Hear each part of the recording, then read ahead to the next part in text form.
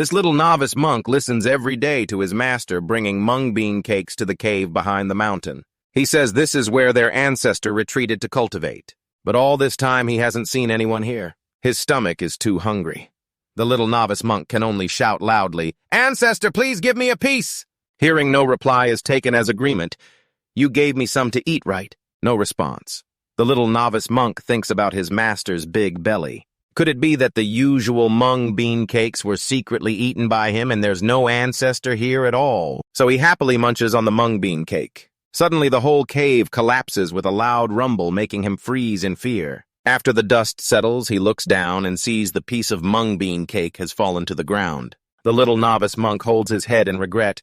My peanut cake. Looking at the delicious cake on the ground, his heart aches like it's being cut. Tears run down in regret. Why didn't I just take one big bite earlier? Just then, a young man with white hair suddenly appears next to the little novice monk. That piece of cake can't be eaten anymore. He is startled and looks back. Then his face turns angry as he points at him. Tell the bad guy to give my mung bean cake back. The little novice monk swings his short arms with all his might to demand justice. But the man calmly stops him with one finger and says, That cake clearly belongs to me. The little novice monk looks at him in confusion, then walks around to examine closely. Could you be the ancestor? The man also looks puzzled and asks, Are you a disciple of Tuyet Duktu? He proudly crosses his arms and respectfully introduces himself. I am No Tran, the 107th generation disciple of the Tuyet Duktu ancestor. At this moment, holding his head full of nostalgia, it's been over 500 years since I founded Tuyet Duktu, and it has grown strong to the 107th generation. Ngotran then flatly slaps him with reality. Actually, it's not that strong. The current ancestors are only two people, me and my master at Tuyet Duktu. The man immediately turns to stone, unable to believe it. Just then a girl with a pure soul rushes over and hugs him tightly, crying, Help me, there's a snake. There's a snake? Such a pure soul, definitely from S's experience, is not a bad person. He awkwardly tells her, Even though I'm handsome, miss, you should still keep some dignity. But his enjoying face was detected by the little novice monk as addicted, still shy. Notran turns around and sees a small snake rushing toward him. With an effortless move, he grabs its head and puts it into his bag.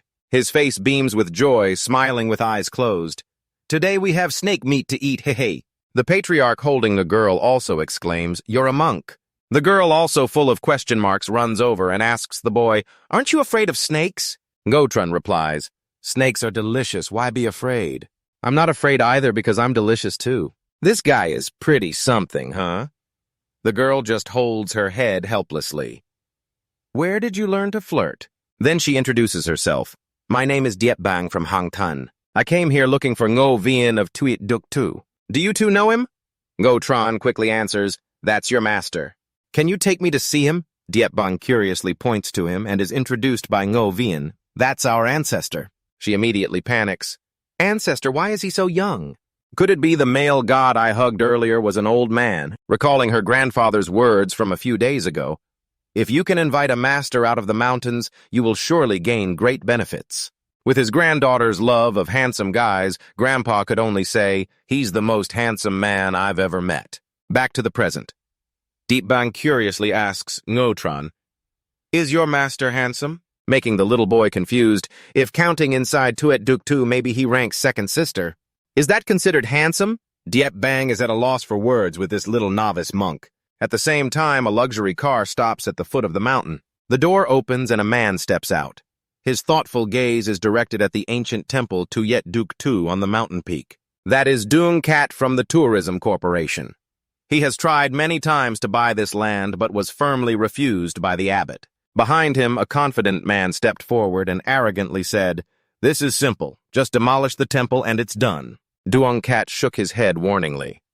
That old monk is no ordinary man. Last time I brought 5 men and he still defeated us. The man sneered, Hey, don't compare me to those useless guys. I am La Bao, the 5th-ranked fighter of the Iron Armor Gang. Saying that, he raised his hand to lift a giant stone and hurled it straight toward the temple atop Tichthak Mountain.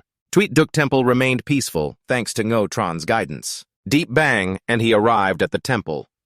As soon as they entered the courtyard, Ngotran hurried off to find the master, leaving Diepbang standing there. The elder also quickly left to find some food. Ngotran ran in breathlessly to report, "Master, the Patriarch has come out of seclusion." Ngovian sat still, making the boy panic. "Is he dead?" Suddenly the old master woke up and asked, "Has the food arrived?" Ngotran breathed a sigh of relief. "Oh, thank goodness he's still alive." The old master opened his eyes wide. "Where did the Patriarch go? Where is he?" He hurried outside and saw only Dep Bang standing there. Suddenly a strange object appeared, making both of them widen their eyes. Deep Bang shouted, "Are you kidding me?" That was the giant stone La Bao had created, hurtling straight toward them. It might even level the entire temple. Deep Bang cried, folding her hands to pray, "This is it, and I still don't have a boyfriend." Ngotran turned pale with fear and pointed at the stone. "Master, the old monk is protecting us." Ngotran stepped behind the hem and gathered his energy in both hands. Ngotran hid inside his monk's robe, clinging tightly to the master's leg. A formation appeared beneath their feet. Ngovian activated a protective barrier formation to withstand the attack. The stone hit the formation and was temporarily stopped, but soon after the formation shattered. The old monk was also affected by the backlash. Ngotran anxiously supported the master. "Are you okay?" On the roof, their patriarch sat calmly eating mung bean cake. Taking a bite, he looked up to see Van Thak rushing toward him. Hey, I'm eating with one finger here. Can you please not disturb me?" Van Thak was right above with one finger extended. He gently caught the stone. Lightning crackled around it, then the stone exploded. He calmly finished his cake. After the explosion, Van Thak was reduced to fragments. Deep Bang looked at the rubble at her feet and asked Ngotran in confusion, "Did your master cause this?" "Yeah." Ngotran, clueless but excited, reached toward Ngovian. "Master, you're amazing." The boy grabbed the corner of the master's robe, his eyes full of admiration. But clearly it wasn't the old man who did it. Deep Bang asked Ngovian, "Are you Ngovian?" The old man answered calmly, "I am Ngovian. May I ask who you are, miss?" Deep Bang was utterly disappointed. Nothing to do with the words handsome guy. First, the grandpa, now deceived by him too. The two disciples looked at her miserable expression, not understanding. Ngovian suddenly remembered and turned to ask Ngotran, "Right, you said, where did the Patriarch go?" The boy looked around, searching. "Yeah, where is the Patriarch? He was just behind you earlier, but now the Patriarch had just landed on the ground." Ngotran hurriedly pulled the elder master's robe. "Master, the great Patriarch." Ngovian turned around and saw him quickly running over with both hands raised to salute. Ngovian came to pay respects to the Patriarch, but before he could finish, the man grabbed his collar, gesturing to stop the salute. "Give me water. Eating mung bean cake too fast made me choke." Deep Bang opened a Coke and handed it to him. Without knowing what it was, he drank half the bottle in one gulp. His eyes suddenly lit up. "What is this? It's so delicious." He looked like a child. Deep Bang didn't know he had never drunk soda before and found it very strange. Seeing him praise it, Ngotran wanted to try too. "Patriarch, I want some too." The boy also took a big gulp of the drink as if entering heaven. Before he could rejoice, the master took it back. Ngotran pleaded, climbing over the Patriarch. "Leave me some, don't drink it all." Ngovian was always alert. He sensed guests arriving. Labao leisurely climbed the steps, telling Duongkat, "Don't worry, Tuyet Duk Temple must have been leveled by now." Duongkat thanked Labao profusely. While boasting just as they crawled up to Tuyet Duk Temple, both were stunned to the point of dropping their jaws. The scene isn't as imagined. Nothing has changed here. The thing that changed is Labao's Van Thak has shattered. The old abbot is still there intact without a scratch. Deep Bang also glanced over at them. Duongkat broke out in a cold sweat seeing this scene. "Labao, brother, this isn't right." He said it was definitely flattened already, so what's going on now? Labao didn't understand what had happened either, but looking at the old monk, he regained confidence and explained to Duongkat. "It seems that old monk activated some formation to stop the rock, but he's already exhausted his strength. He stepped forward to intimidate the old monk. Hand over your Tuyet Duk Tu quickly, or I'll level this place with my fists." While threatening, he raised his arm like this, clearly pushing too hard, wanting to exchange techniques immediately and forcibly. The two got close, Labao's face full of provocation. Nearby, Ngotran threw a tantrum, crying to the master, "Why did you drink it all and not leave a single drop?" He held the bottle, unable to hold back his emotions. "It's so good I couldn't resist." Deep Bang crossed her arms. "Don't understand why you're fighting over kids' food." No one paid attention to Labao causing trouble. He felt insulted. "You have to listen to what he says." At this moment, Ngotran noticed the person standing a distance away. When he recognized Duongkat, the boy pointed and called the master a bad name. Last time Dooncat threatened the old monk, I'll give you half a minute to think it over. Either you come out or we'll break it. Ngo Vien calmly said to Ngo Trun. Didn't you always want to learn, Tweet Duke Queen? Take a good look. Ngo Tran anxiously reached out toward the master.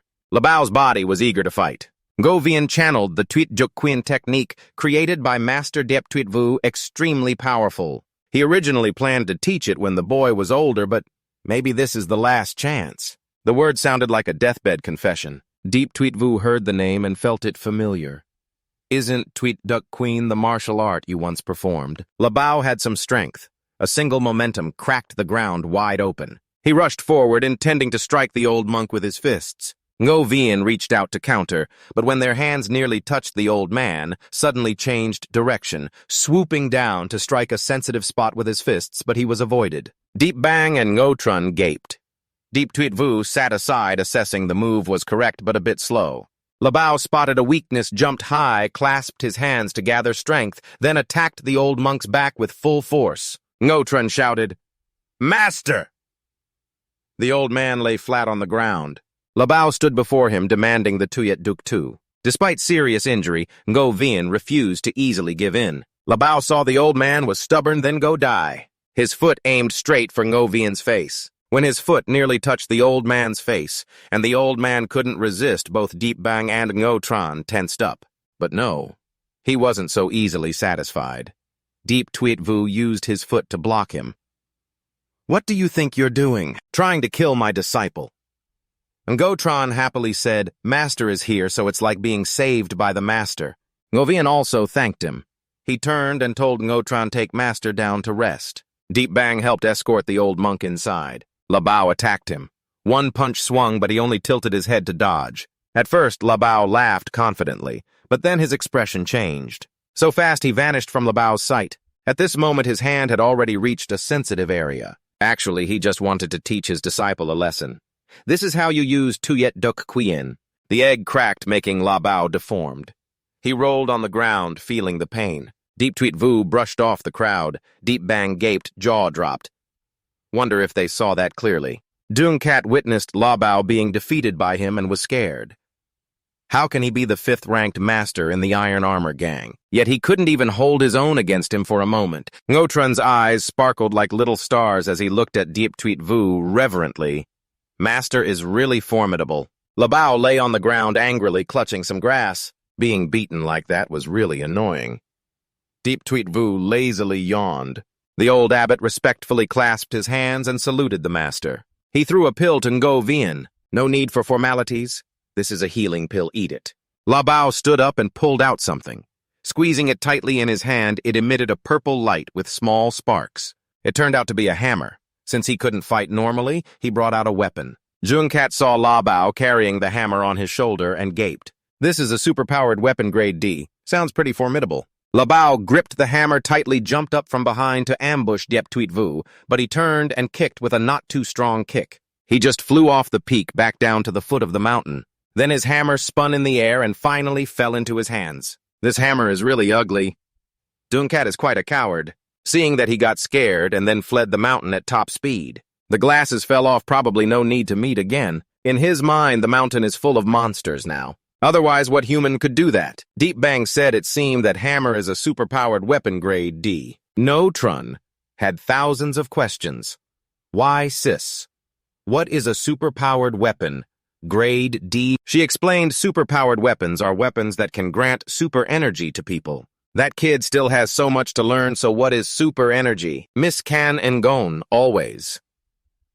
Deep Bang pointed at him and the old monk asking Ngo Tran, "Aren't they superpowered users?" Ngo Vien hurried to clarify she misunderstood they practice martial arts, not superpowers. So in her mind, she misunderstood. Deep Tweet Vu turned the hammer over and over, seeing nothing special. Threw it to Ngo Tran.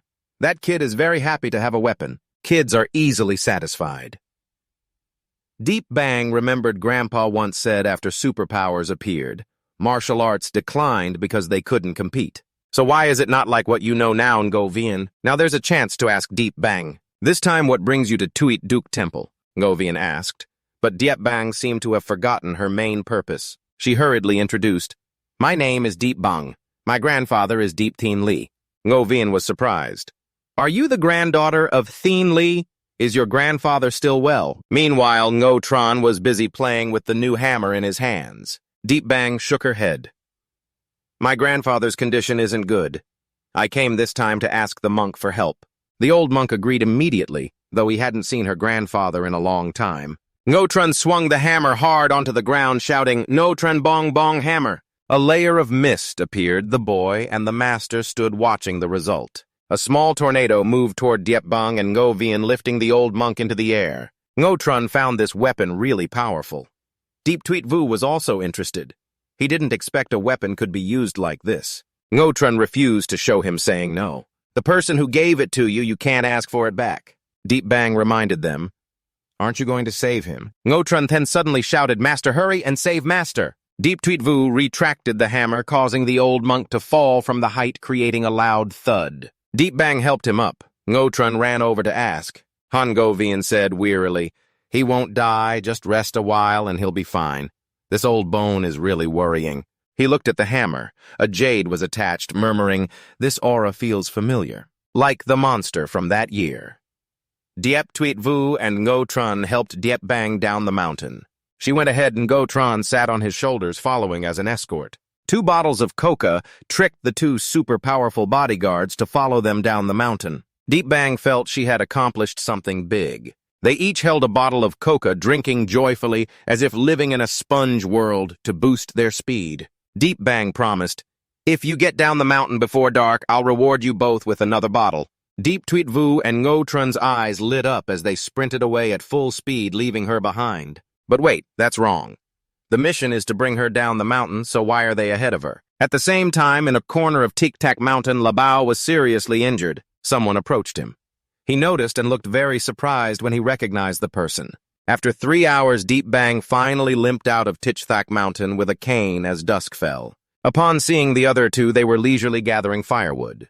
Deep Tweet Vu was eating an apple, thinking about what just happened, growing even more upset. But in the end, too exhausted, she sat down on the ground. She was too tired to walk anymore, and didn't have the energy to be angry. This place was still 3 hours away from Hang Than. She regretted sending the driver away earlier and having to suffer alone now. Deep Tweet Vu kept drinking Coca-Cola continuously. Ngo Tran, carrying a large hammer on his back, asked Deep Bang, Where do we go next? She couldn't walk anymore and decided to find a tavern to stay for one night, then figure things out. She opened her phone and saw a tavern nearby, immediately brightening up and signaling the 2 to follow. Seeing a place to rest, she happily bloomed like a flower, her fatigue easing considerably. After all, at least at the tavern she could rest, or so she thought. Deep Tweet Vu and Ngo Tran found it strange. Just moments ago she was too tired to walk, now she was so enthusiastic. Ngo Tran curiously asked Deep Tweet Vu's master, Why do we have to find a tavern to sleep? Deep Tweet Vu had no idea what a tavern was.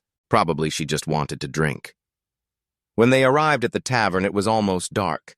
Inside was crowded and chaotic, full of shady characters. Everyone carried swords and knives, looking far from friendly. The half-open door caught the attention of the guests, who all became alert. They stepped inside, and everyone's eyes fell on a girl with a normal young man and a child. Deep Bang stepped forward to greet them, saying they wanted to rent a room. A short-haired auntie holding a half-smoked cigarette who looked like the manager asked which sect they belonged to. Deep Bang was surprised. Sect? I don't belong to any sect. I'm just renting a room.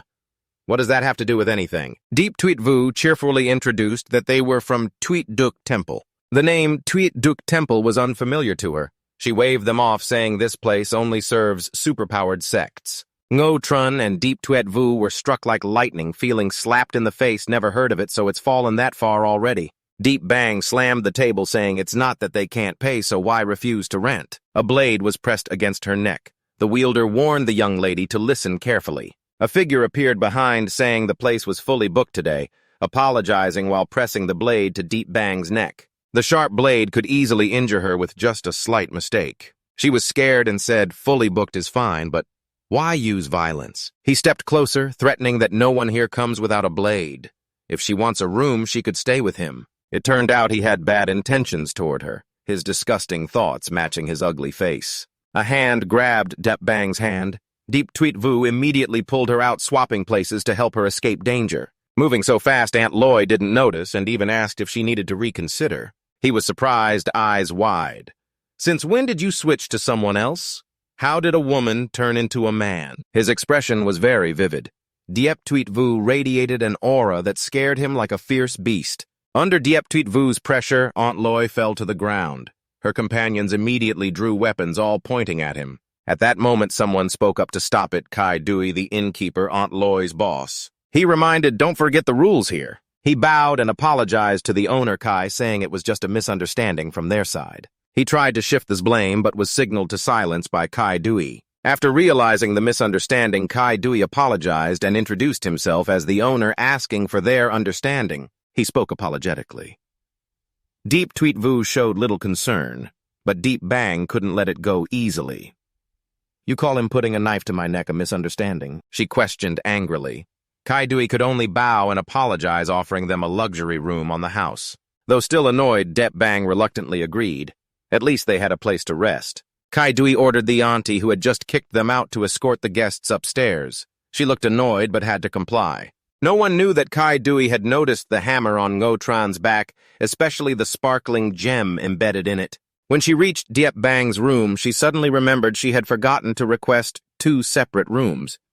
Because she was too focused on the argument, the cold aunt replied there was only 1 room left. If she didn't want it, then forget it. Diep Bang was angry at the woman's attitude but had no choice. Seeing Diep Tuit Vu and Ngo Tran naively opening the room door, she silently thought, "Oh my God, do I have to sleep with these two?" Fortunately, the deluxe room was quite spacious and fully equipped. Diep Bang decided to sleep in the inner room, and the other two would sleep in the living room on the condition they did not enter her room. Ngo Tran excitedly jumped on the sofa and started thinking. The people downstairs were not ordinary.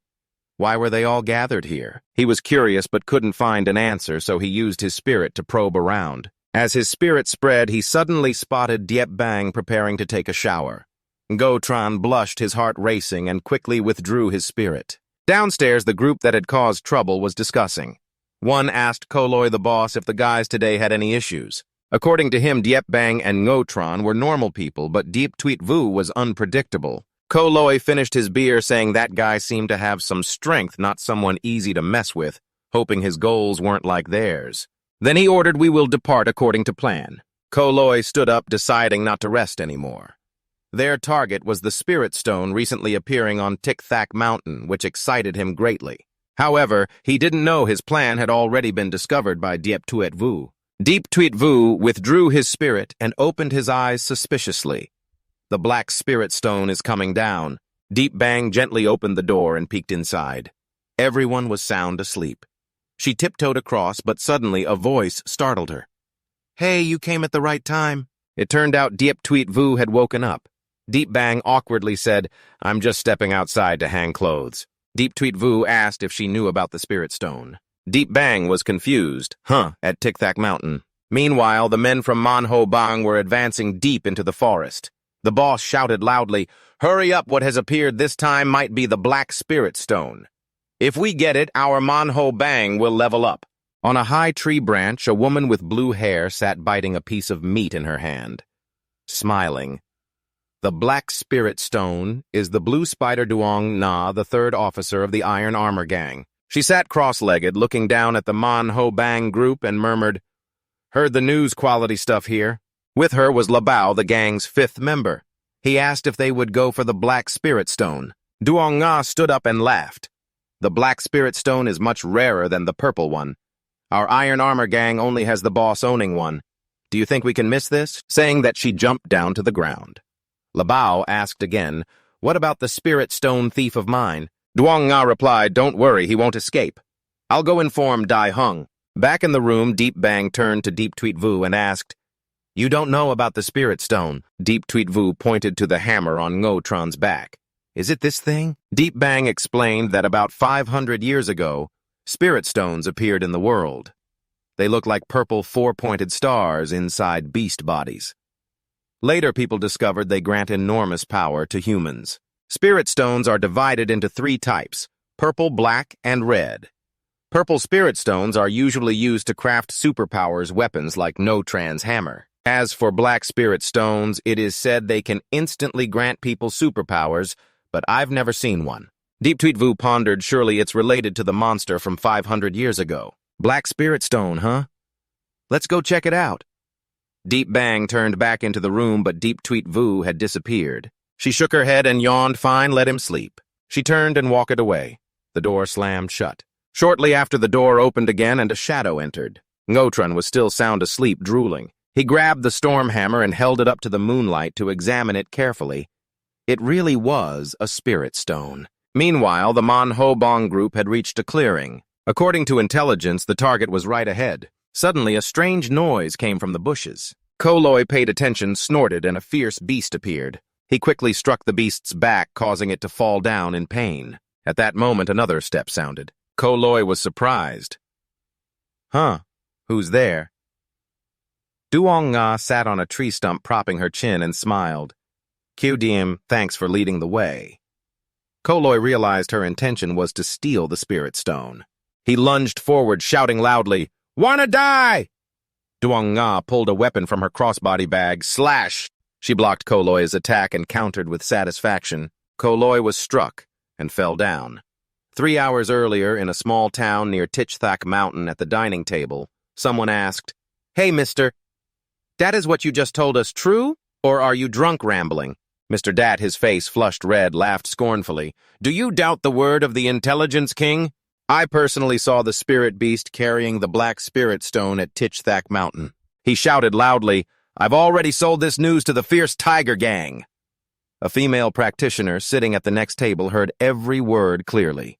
Everyone trusted the information after hearing it and rushed outside to see the black spirit stone. "Quick, let's go check it out." The old man. Deep Thien Lai chuckled softly, sweat running down his cheek, thinking, Tichthak Mountain is in chaos. The traveler stood up, adjusted his hat, and passed by the drunken man. "Hey, where is everyone? Why are they all gone?" The dagger on his leg flew off swiftly. The drunken man fell down a long slash wound on his back. Traveler Lacdick left elegantly. Back to the present, the group from the tavern earlier had gathered where the fierce tiger gang stood on high ground. Someone was already standing there. What's going on? Duong Nga was suspicious, touching her chin. All the fierce tiger gang members were killed, so how do others know about the spirit beast? Labao threw one man to the ground and ran over to listen. "All right, it's the person who sold the info to the fierce tiger gang. He drank and leaked the information." Duong Nga was puzzled, twisting her messy hair. "You're back, where's Dai Hung?" Boom, something flew down from the sky, near where Duong Nga stood, dust clouding the air. It was the person she just asked about, the fourth officer of the armored gang Dai Hung. 3 people stood looking down at the situation below. Duong Nga smiled and said, "Yeah, this time everyone is here, but the leaked news is definitely a problem. Looks like there's going to be a fight." Labao thought back to his duel with Dep Tweet Vu, worried, "That guy better not show up again." In a nearby forest, the traveler stood silently looking ahead. From the bushes, armed people cautiously approached him. One shouted loudly, "Hey kid, you're here looking for the spirit beast too, right?" Lacdick ignored him and walked away. Realizing he was being ignored, the man angrily raised his gun at Lacdick and shouted, "Hey, I'm talking to you!" Lacdick remained silent. The man grinned and asked again, "Got it." "With this bullet," he fired, then turned, "then go die." The bullet flew toward Lacdick. Bang! Lacdick's shadow blurred and vanished like an illusion.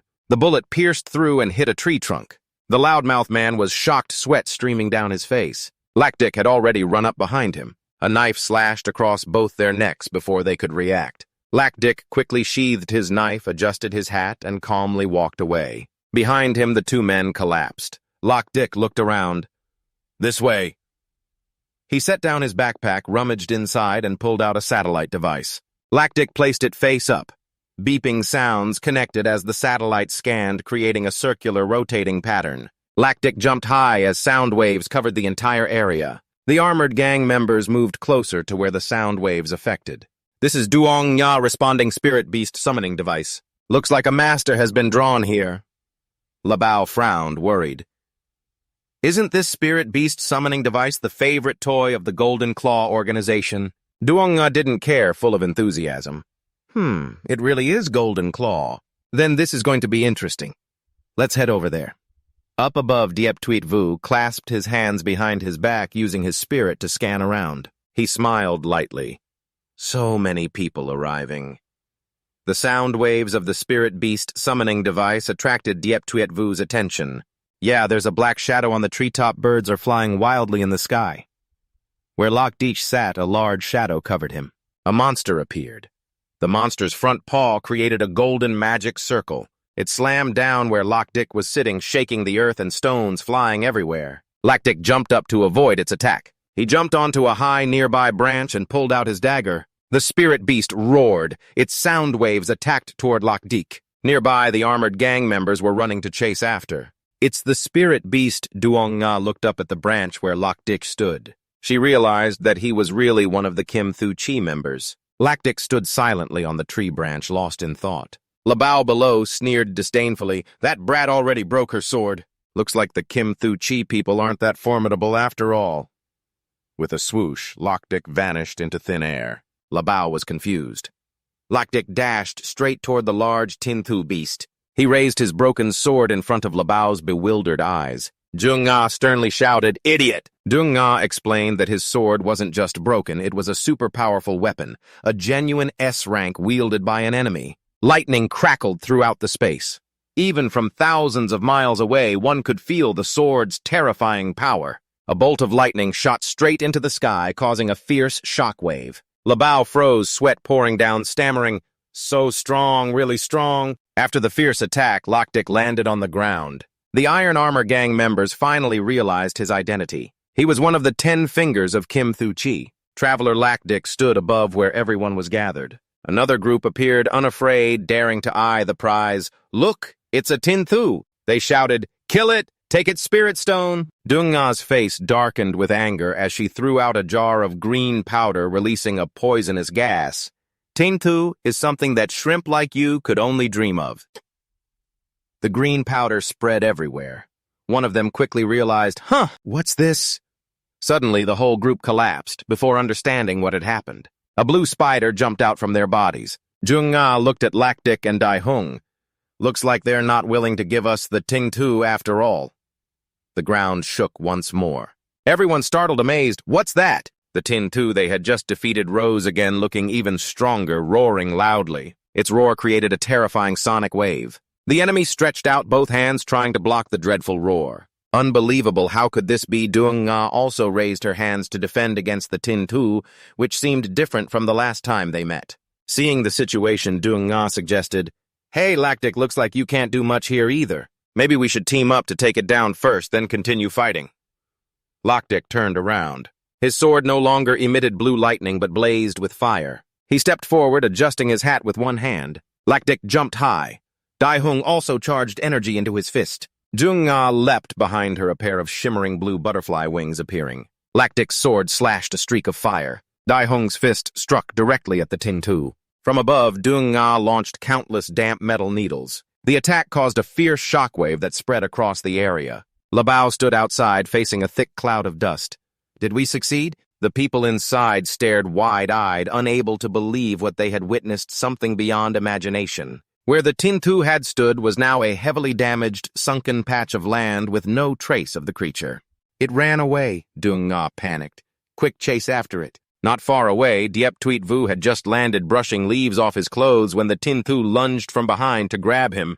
Diep Tuet Vu lightly touched the Tin Tu's hand, causing it to freeze in confusion. With a loud thud, Diep Tuet Vu's light touch sent the Tin Tu crashing into a rock face. The Tin Tu lay motionless. The rock wall cracked wide open. Diep Tuet Vu stood there, indifferent, holding a leaf. "Huh? A wildcat?" The Tin Thu's crash landing carved out a large groove. Diep Tuet Vu approached. "This is the Tin Tu they were talking about." He touched the creature and withdrew a spirit stone. After the spirit stone was taken, the Tin Tu gradually returned to its original state. Diep Tuet Vu held the spirit stone up to the moonlight. It seemed this stone was what caused the Tin Thu's transformation. While Diep Tuet Vu inspected the stone, a pair of high heels appeared behind him. "So someone dares to steal from our Iron Armor gang." The group from earlier chased up each with a different expression. Loch Dick said, "This is our spirit stone." Duong Nga angrily shouted, "Don't interrupt her." Blackface said again, "Brat spirit stones aren't something just anyone can touch, hand them over now." Diep Tuet Vu turned around. Labao panicked, pointing at Diep Tuet Vu, stammering, It's him, the Stormfinger thief. It's him. Duong Nga's face changed. Huh. That's perfect timing. Hand over both the Storm Lake and the Spirit Stones now. Deep Tweet Vu didn't bother to look at her, scratching his ear, uninterested. Duong Nga was so furious she felt fire burning inside, grinding her teeth with rage. Duong Nga pulled out a weapon power, gradually gathering at the muzzle, and fired straight at Diep Tweet Vu. Labao stood nearby, warning, "Be careful, he's very strong." Boom, a loud explosion rang out. Duong Nga smiled smugly. "Yeah, can't handle a single hit, huh?" Startled, she turned her head, face pale, sweat streaming down her cheek. "Huh?" Deep Tweet Vu looked at Duong Nga's weapon curiously and asked, "What is this?" It was the enemy restarting the sword, glancing at Diep Tweet Vu. "Since when was this guy here?" Deep Tweet Vu snatched Duong Nga's weapon with a delighted grin. "Let me borrow this for a bit." Duong Nga was angry but also scared, sweating profusely, unable to move. "Who is this guy?" Behind Diep Tweet Vu, Dai Hung was rushing forward, throwing a punch. Suddenly, a loud explosion went off, rocks and dirt flying everywhere.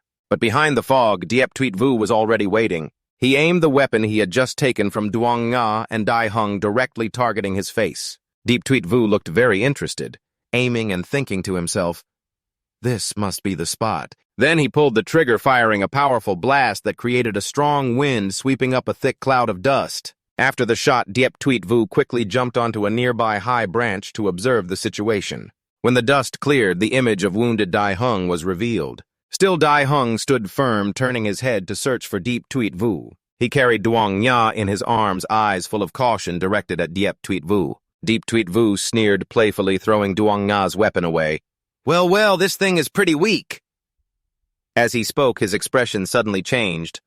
Lac Dick appeared right in front of him, sword in hand, eyes cold. Lac Dick swung his sword at Deep Tweet Vu, but unexpectedly a golden shield surrounding Deep Tweet Vu blocked the attack. Deep Tweet Vu glanced at the Spirit Stone on Lac Dick's sword hilt, thinking to himself, "Another Spirit Stone," and suddenly a strange sensation pierced his mind. Without hesitation, Diep Tweet Vu threw a punch straight at Lac Dick's face. Lac Dick was knocked back several meters, the sword flying from his hand. Deep Tweet Vu stepped closer to the sword, but suddenly startled and turned his head. A strange energy appeared, and he quickly dodged. It turned out to be Kai Dui, a member of Kim Thu Chi, who had previously stolen the Stormhammer. Kai Dui carried a tied-up Ngotran, sneering, "Lac Dick has never seen you this pathetic."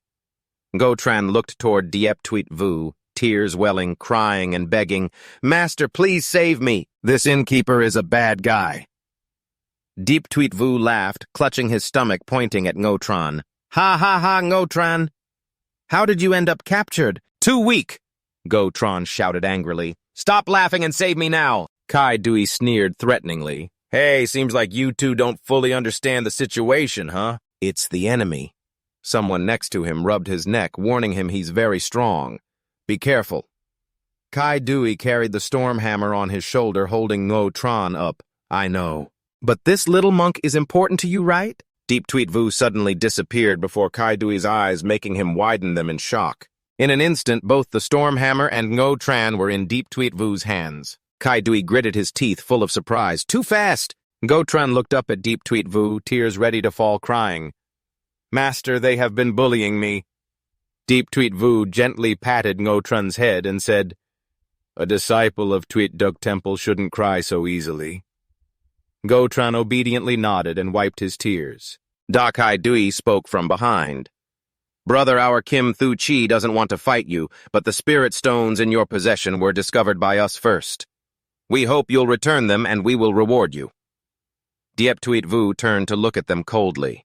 Duong Nga hurriedly said, "The Stormhammer belongs to us, please return it."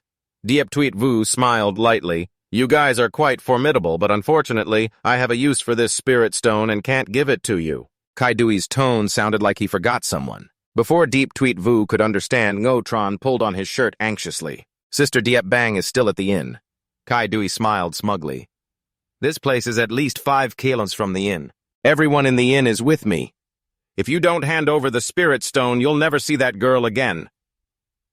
Diep Tweet Vu's eyes hardened, his voice cold. "I hate being threatened the most."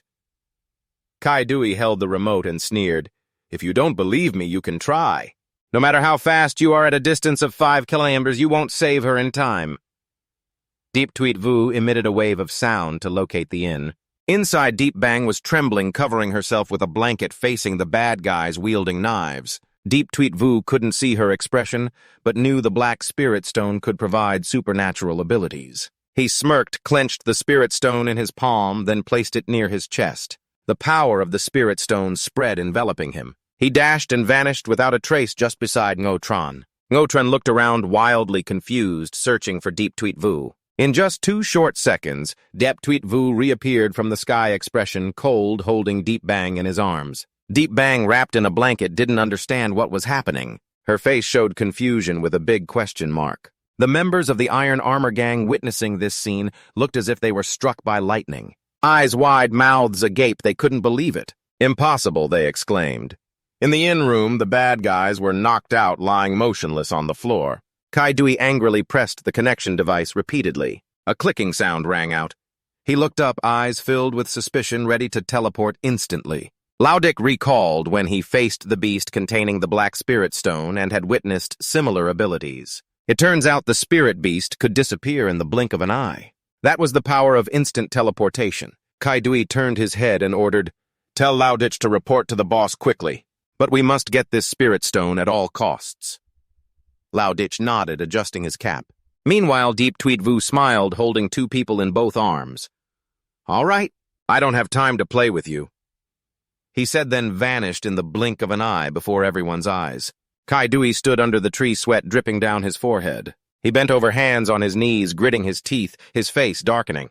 Who is he really? In the dark, on the top of a high-voltage pole, a few birds sat silently. In the glowing red eyes of one bird, the image of a quiet, narrow path appeared from an alley. A frightened girl ran out. The young, beautiful girl wore a uniform with her long hair tied neatly on top. She ran while frequently looking back, her face full of fear. Suddenly, a shadow fell in front of her. She looked ahead in fear, where a young man with a malicious expression blocked her way. The man wore a vest, chest open, licking his lips greedily. "Got you!" His hand grabbed her head and pushed her backward. She screamed desperately, "No, stop!" As the man pinned her down, he had no idea a giant puppet appeared behind him. The puppet raised its fist high, and with one strike threw the man far away, slamming him hard into a wall. The force was so strong, the wall almost collapsed. Dust flew everywhere. From above the wall, a person watching the situation shouted, "Go quickly!" The girl came to her senses, screamed once, then ran away from the scary puppet. The voice belonged to a girl. She waved her hand, releasing several low-energy waves, smiling, "Another decent container. The young master will definitely praise me."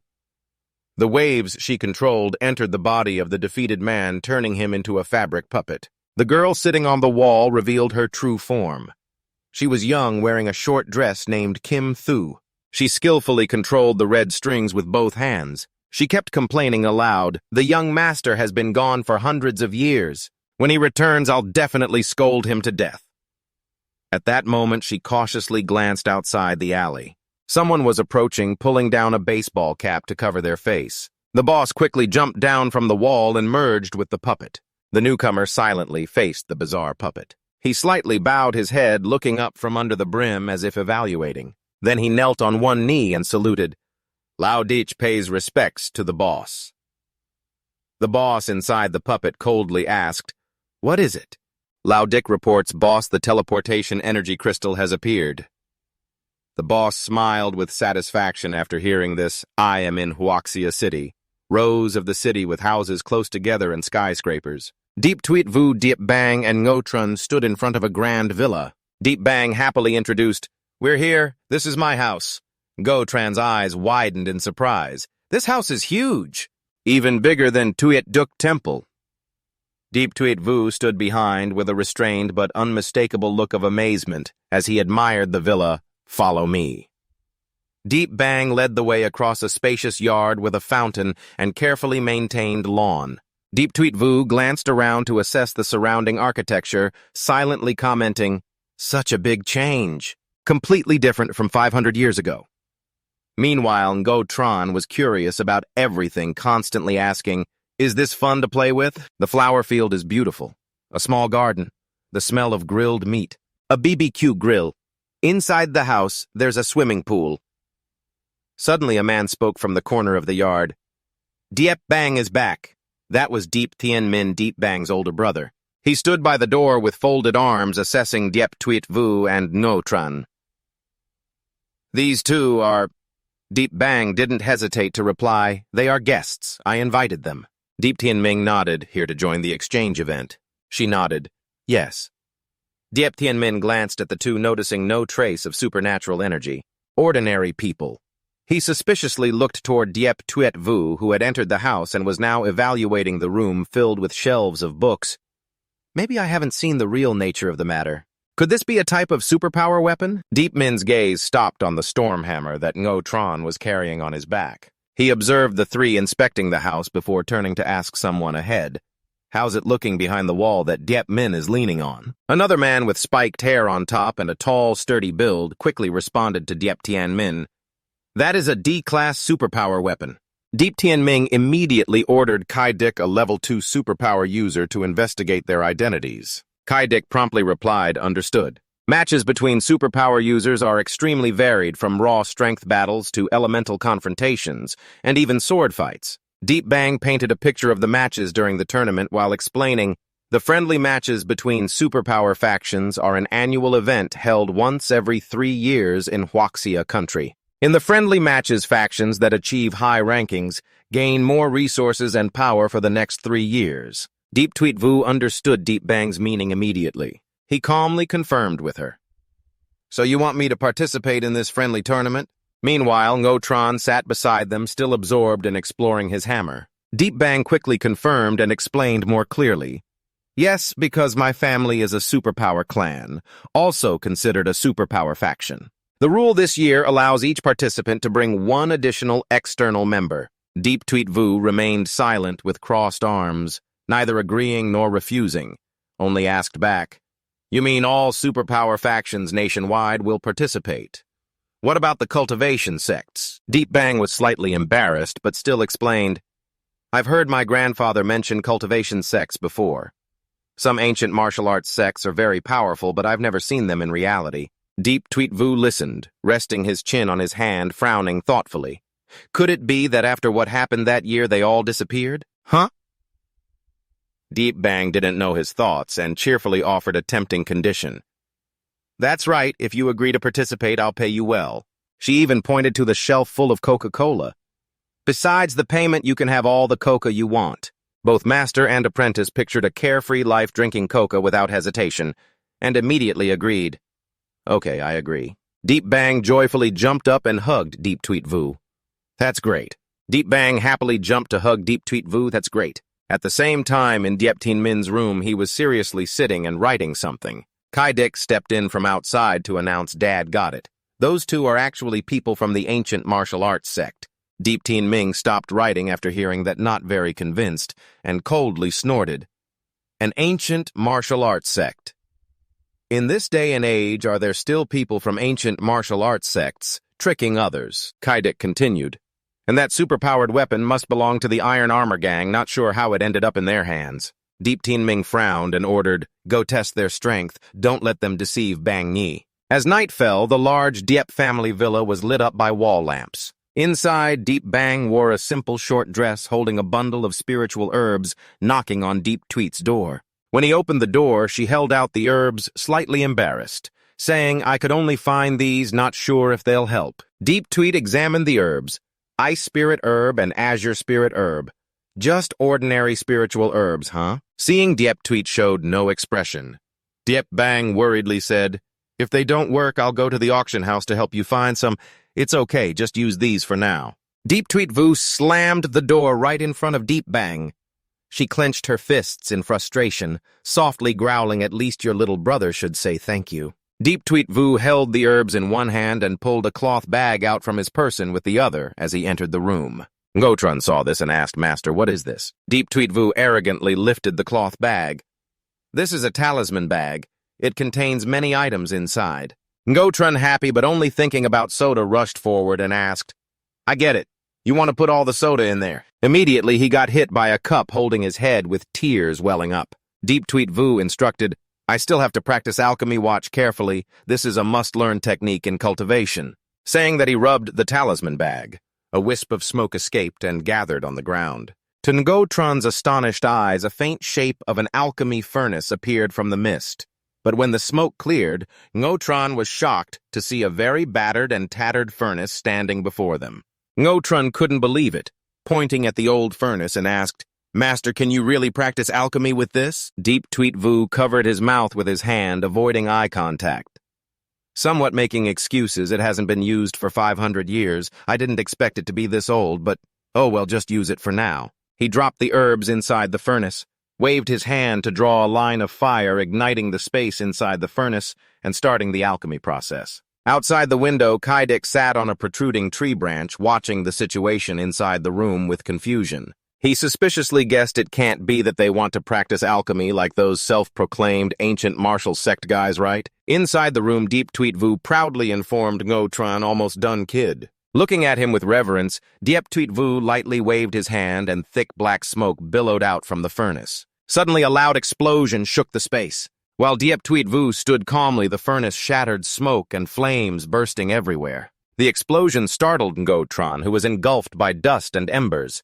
He shouted at Deep Tweet Vu, "Master, you exploded again." Outside, Kaidik stood on the high branch, coldly observing the scene inside. He smirked slightly and said, "Looks like I don't need to step in and investigate anymore." Then he smoothly jumped down, hands in pockets, turning away while concluding the miss they're looking for is a total loser. Inside, the dust gradually settled. Deep Tweet Vu stood calmly brushing his shoulders off while Ngotran still trembled, sitting on the floor. Deep Tweet Vu looked at the blue and yellow pills in his hand and nodded slightly. 2 Ju Yan pills. 2 Fu Ling pills. Not bad. No waste of medicinal materials. He glanced at the ruined furnace debris, sighed softly. It's just a pity the furnace is too old. The finest furnaces back then have been soaked by rain for too long. If I'd known, I should have kept one. Meanwhile, Kaidik had returned to Dieptien Min's room to report sneering, as he said to Dieptien Min, who was working the miss they're looking for, is a total loser. He only knows how to practice alchemy poorly, and even blew up the living room. Dieptien Min nodded coldly, his eyes full of anger. If that's the case, get rid of him. The next day, at the large Diep family mansion, Deep Bang just woke up, covering her mouth to yawn, her eyes still dreamy. Dieptien Min approached from afar with a light smile and announced, "Bang Ni Grandpa is calling you over." Deep Bang was slightly surprised, but not suspicious, nodding, "Now, wait for you to change first." She quickly changed into her usual uniform, pulled on her shoes, and before leaving, she turned back to say goodbye. Dieptien Min sat on the sofa. "Brother, your 2 guests will wake up later. Please entertain them." Dieptien Min nodded. "Got it." Deep Bang closed the door and left, leaving Dieptien Min sitting quietly on the sofa. Kaidik appeared behind Dieptien Min, reminding, "Miss, if you chase those 2 away, she will probably make a fuss, right?" Dieptien Min didn't care much, holding his phone to check the tournament list calmly, saying, "Doesn't matter, this tournament entry list can't be wasted on those shady rogues." Kaidik smiled smugly. "Understood." Meanwhile, Deep Tweet Vu was sitting cross-legged on the roof of the mansion, practicing opening his eyes, sensing the spiritual energy in the earth and sky, frowning slightly. The spiritual energy is much less than before. What is going on? Inside the room, Go Tran was doing push-ups, sweating profusely. Deep Tweet Vu suddenly appeared before him.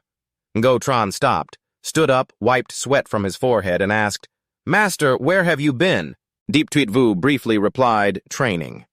Go Tran's eyes lit up excitedly and asked, "Master, when will you teach me to train?" Deep Tweet Vu was a little embarrassed. "Beat the drum, Go Tran, take me somewhere."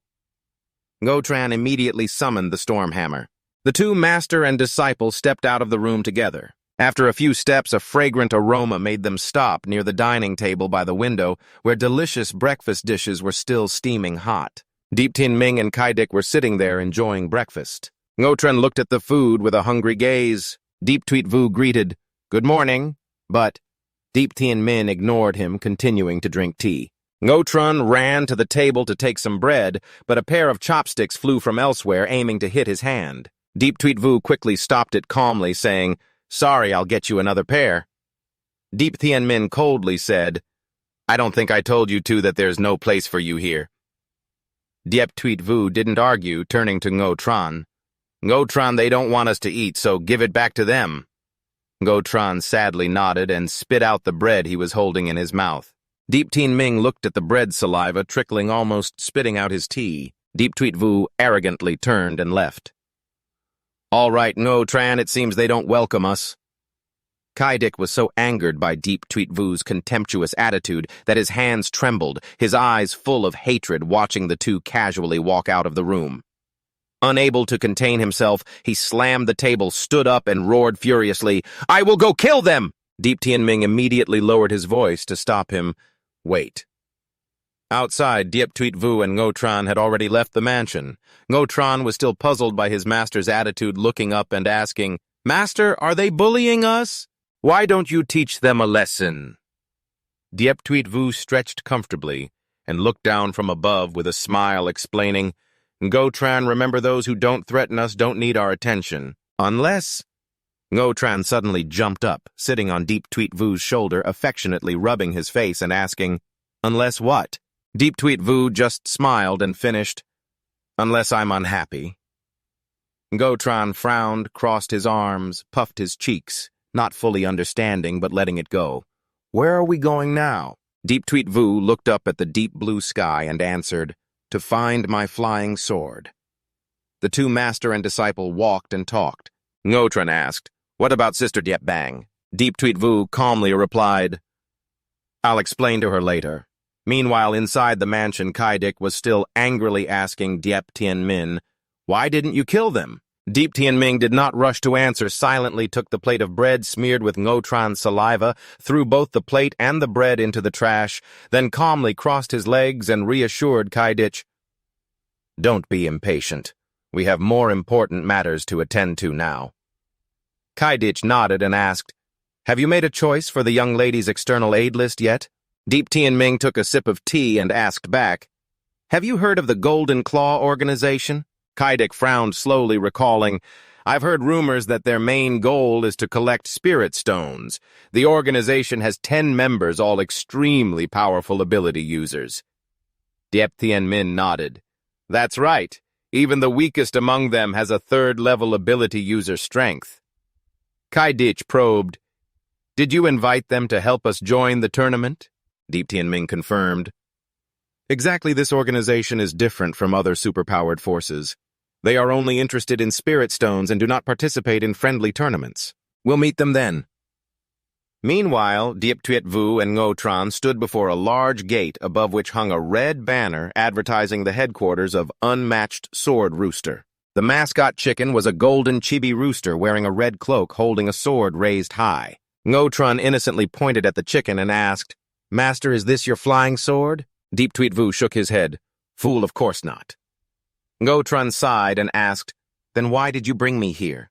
Deep Tweet Vu looked around and explained, "Qianlu Walking Street over 500 years ago. This was the Wujian sect I founded, but I suspect they are no longer here." Ngotran was helpless. "Isn't that obvious?" Then suddenly remembering the kid, he pointed up in surprise. "Wait, aren't you the ancestor master of Tuyet Duk Temple?" Deep Tweet Vu said calmly, "Tuyet Duk Temple is just one of the many sects I founded." Ngotran immediately changed his tone to excited and asked, "So where did they all go?" Deep Tweet Vu answered slowly, "Many years ago. I don't know where they went. We'll have to look around." He stood amidst the bustling street, feeling lost in the lively scene. Looking around, everything had changed so much it reminded him of old friends from long ago. He wondered how they were now, whether Vu Lok and Dao Dao were still alive. While lost in thought, suddenly, a blonde girl with a high ponytail approached, happily offering, "Dear customers, our shop just launched a new flavor of fried chicken. Please try some."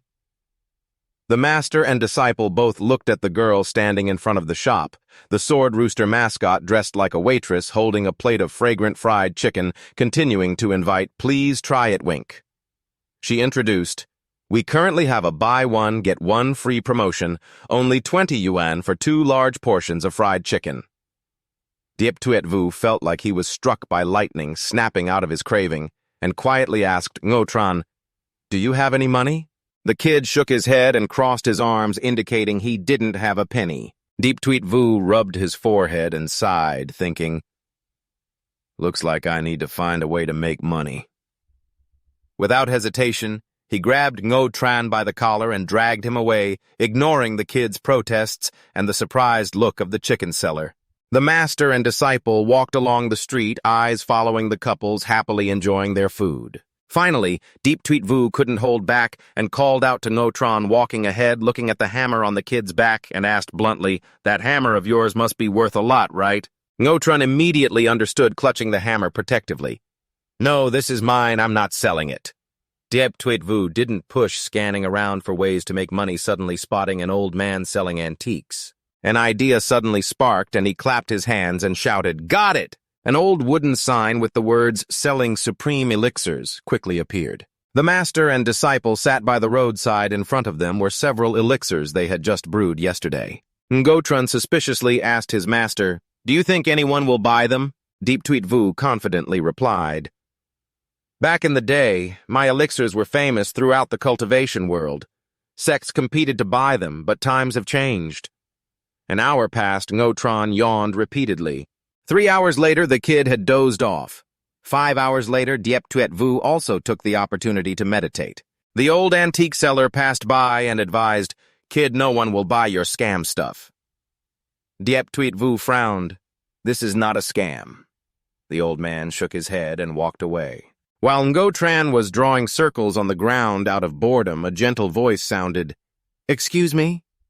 A pretty girl named YK Ni appeared and politely asked, "May I see your elixirs?"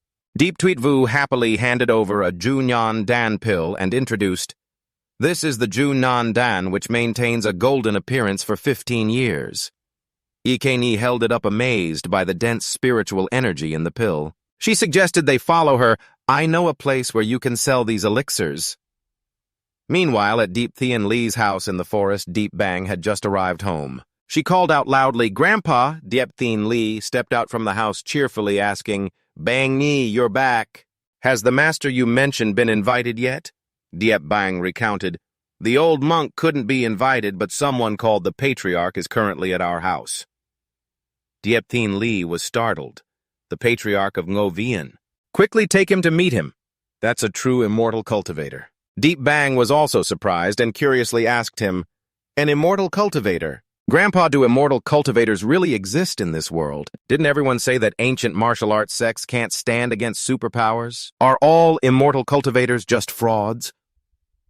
Deep Thien Lee gradually regained composure, holding on to the armrest of the chair for balance after feeling dizzy from standing up too quickly. He calmly explained to Deep Bang, "The ancient martial arts sects you mentioned are actually immortal cultivation sects. In the past, they were very mysterious, but I have met true immortal cultivators. They are not frauds. Quickly take me to meet the patriarch." Deep Bang gently approached, supporting her grandfather to comfort him. "Don't worry, Grandpa, they are at our house." Meanwhile, Deep Tweet Vu followed Ike Ni to a large gate with an ancient style. Above, a splendid signboard read Void Trading Market. Ike Ni walked ahead, then turned back to explain, "This is the largest exotic goods trading market in the city." Deep Tweet Vu tilted his head slightly, repeating, "Exotic goods." Images of strange items flashed in his mind: skulls, vacuum toy devices, charms, and buffalo skulls with massive horns. Ike Ni seemed to guess his thoughts and hurriedly explained, "Simply put, this is where they trade things ordinary people cannot possess. Most of the items here are related to pseudo-superpowers." The two walked along the wide, brick-paved street flanked by buildings with classical architecture. Ike Ni glanced at Deep Tweet Vu suspiciously. "But you don't seem like a pseudo-superpowered person." He smiled slightly in response. "I'm just like you." Ike Ni suddenly covered her mouth and asked, "Could it be that you are also a cultivator?" She smiled softly, thinking to herself, "Looks like I've met a senior. I have to seize this opportunity. If I can learn a few powerful spells, that would be great." Deep Tweet Vu turned to look at Ike Ni, happily walking behind him, her face radiant like blooming flowers. Ngo Tran walked beside him, looking up at him with a shy expression. Ike Ni suddenly noticed the hammer on Ngo Tran's back and pointed, asking, "Senior, is this a superpower weapon?" Deep Tweet Vu nodded in confirmation. "Yes, it is." Ike Ni gently reminded, "This market has a mix of people coming and going, many with superpowers. It's best to put away your superpower weapon so no one notices." Deep Tweet Vu found the advice reasonable, took out his artifact bag, and smiled at No Tran. No Tran, give me the hammer, I'll store it for you. Ikeni's eyes lit up with amazement, exclaiming, Senior, you even have an artifact bag. My master said it's a treasure only powerful immortal cultivators possess. Ngotran obediently handed the hammer to Deep Tweet Vu, but still showed a bit of regret. But I want to wear it. Ikeni stood beside him and gently explained, Don't you two know that top-level weapons can be stored inside the artifact bag? Both master and student looked at her with puzzled eyes. Ikeni sat down, took the hammer from Ngotran, placed her hand on the hammer's head, and an electromagnetic energy spread through the hammer from where she touched. In an instant, the hammer shrank into a large, battery-sized object. Ngotran's eyes sparkled as he exclaimed, So cool! Ikeni handed the transformed hammer back to Ngotran, advising him that when using it, just press hard on the artifact bag. Deep Tweet Vu looked at the miniaturized hammer in Ngotran's hand and sighed inwardly. 500 years have passed. Everything has changed so much. Ikeni led them to a tall building, its entrance built with two curved roofs, mimicking the old city gate architecture. Ikeni introduced them. Senior, this is the largest trading market. You can try selling your alchemy pills here. In front of the gate, a long table was set up as if to receive guests. Behind the table, a man lay back on a chair absorbed in playing on his phone. While Ikeni was excitedly encouraging Deep Tweet Vu about selling his alchemy pills for a high price, suddenly a gruff voice cut through their conversation. Wait! The man who was lying back now sat up, blocking the entrance, still staring at his phone as he asked in a rough tone, What are you doing? But Ikeni didn't pay much attention to his attitude, still maintaining a polite and calm tone, replying, We want to participate in the auction. Please lead us the way. The young man glanced at her suspiciously, repeating, You want to sell stuff? Ikeni calmly stood in front of Deep Tweet Vu and explained, Yes, we have a few pills we want to sell. The young man looked at her suspiciously, asked about the pills, then flashed an unfriendly smile and demanded, Let me see them first. This is a high-end auction house, not just any junk you can bring to sell. Ikeni detected the contempt in his words and immediately frowned, asking back, Why do you say that? The young man extended his hand toward her, firmly repeating, If you don't show me the items, I won't let you in here. That's the rule here. Although angry at his disrespectful attitude, Ikeni still patiently handed over a Chunan Dan pill. The young man took the pill silently to examine it, but then disdainfully flicked it away, exclaiming, What nonsense is this? That outrageous action made Ikeni furious. She lowered her voice, On Deep Tweet Vu? Without any movement from behind, he only reached out to catch the pill that was flicked away, picked his ear, and with a condescending tone remarked, Really don't know how to pick quality goods. The young man immediately lost his temper and shouted, What did you say? But Deep Tweet Vu ignored him and glanced back. A luxury car stopped in front of the auction market. A man dressed in traditional clothes with long hair neatly tied up, wearing glasses, holding a white fan, lightly fanning himself, exuding elegance and sophistication. That was Tran Kai Kai, the eldest son of the Tran family. Tran Kai Ki saw the tense situation between Yi Kei-ni and the young man, frowned, and asked, What's going on? Then the young man quickly tattled, On Kai, you arrived just in time. These people want to auction off pills. Hearing this, Tran Kai Ki scolded, Tran Kao, how many times have I told you? Guests must be treated properly. Then he turned to Ikeni and smiled. Sorry, please excuse my subordinate's ignorance. Please follow me inside. My subordinate doesn't understand. Please come with me. Tran Ko still wouldn't give in even to Tran Kai Ki, but An Kai clearly knew they were frauds. Tran Kai Ki said nothing, only gestured to stop Tran Kao's complaints, his eyes still fixed on the group. Ikeni was following Tran Kai Ki inside, but suddenly turned back and stuck out her tongue to tease him. Tran Ko was angry, but had to let it go. Inside the auction hall, Ikeni, Deep Tweet Vu, and Gotran were invited by Tran Kai Ki to sit on the sofa in the waiting lounge. This is our reception lounge, you can rest here. He kept his polite smile, fanning himself, and said courteously, The auction items will soon be handled by a specialist. I have other matters to attend to, so I won't be able to stay. Please make yourselves comfortable. When he was about to leave, Ikeni suddenly called out, Mr. Tran, please wait a moment. Tran Kai Ki looked at her and smiled kindly. Does this young lady have something else to say? Ikeni looked up and made her request, We want to auction these pills. Won't you take a look? Yeah, maybe you'll need them too, Tran Kai-ki asked with interest. You two want to sell as well. Let me see. Yikeni held out a Chunyan Dawn pill. Please take a look first. Tran Kai-ki carefully examined the pill. Yikeni was about to introduce its effects, but he quickly interrupted. No need. The scent is not bad, but I don't need this pill for now. He handed the pill back and encouraged, later my staff will come to handle the auction. If anyone needs it, of course they will buy it. Saying that, he decisively left. Yikeni sat back helplessly on the sofa, explaining to Senior Diep Tweetvu that there are very few cultivators now and few understand pills. I'm afraid it won't be easy to sell at auction. After a moment of silence, the girl's gaze turned back to Diep Tweetvu, who sat cross-legged beside her, gently encouraging him. If the effects you mentioned are real, I'm sure many would be willing to buy. But then she suddenly felt a headache, propping her chin with her hand and sighing deeply in frustration, wondering how to make everyone believe in its true effectiveness. Diep Tweetvu nodded in agreement, stroking his chin thoughtfully with her. You're right. Let me think about it. Just then, a middle-aged female employee wearing a turquoise cheongsam walked in politely and greeted, Hello, everyone. Do you have any items you want to sell? Diep Tweetvu saw this woman and suddenly felt delighted. An idea flashed. There's a way. At the same time, in another room, Tran Kai-ki entered with a smiling face, greeting the person sitting inside. Mr. Diep, you finally came. I've invited you many times, and now I succeeded. Inside the room, Diep Tien Min was sitting cross-legged on a sofa. Leisurely sipping tea next to him was Kai Dik, who was always alertly watching outside. On the tea table in front of them was a complete tea set. Diep Tien Min smiled in response. Mr. Tran, you're joking. How could I miss your auction club? Tran Kai-ki sat down on the sofa opposite, smiling warmly.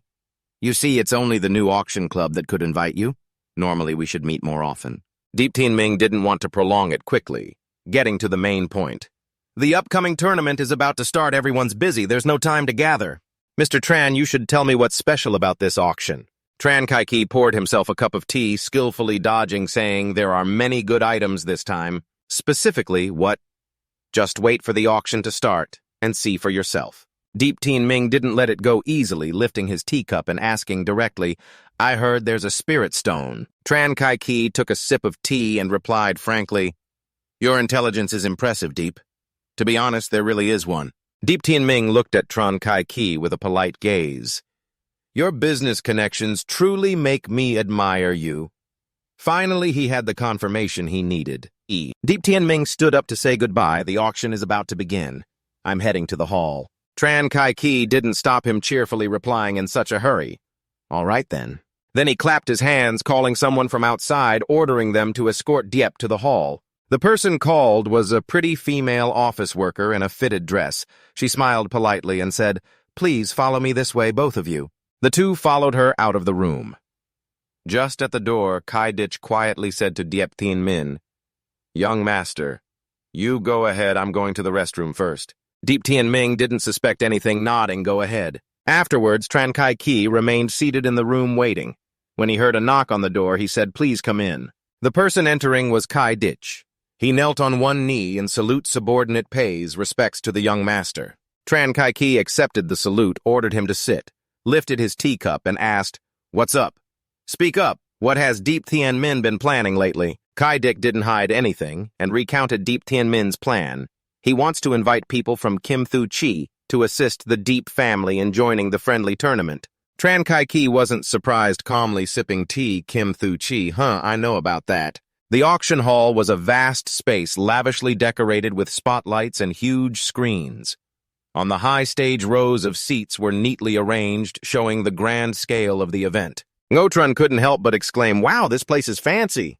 Diep Tweetvu, Ye Ke Nyi, and Ngotran were seated in the participant section. Ye Ke Nyi excitedly introduced Senior, This auction has many good items. You can see if there's anything you need to buy. Ngotran innocently interrupted, Sis, we don't have money. Even the Grandmaster can't afford fried chicken. Diep Tweetvu gently tapped Ngotran's head and said, That's enough. This action made Ye Ke Nyi smile broadly. In the front row, when Kai Dik returned beside Diep Tien Min, a pair of legs wearing green high heels also appeared on the auction stage. The host who just appeared was an auctioneer named La Han, a beautiful woman wearing a delicately designed green evening gown. Under the bright lights, she warmly greeted all the guests present in the auction hall. Welcome, ladies and gentlemen, to our 87th Tin Kong auction. Two familiar figures entered: the third officer of the Blue Spider Armored Gang A and the fourth officer, Trong Quyen Thu, called Bao. They chose seats at the back row of the auction. Duong Nga heard rumors that a spirit stone would be auctioned this time, so she brought La Bao along to see if they could snatch it. If they couldn't get it back, Fong Bao's boss definitely wouldn't forgive them. La Bao, his arm still in a cast, told Duong Nga, "You've seen his strength. He's completely powerless. Please say a few words to the boss for me."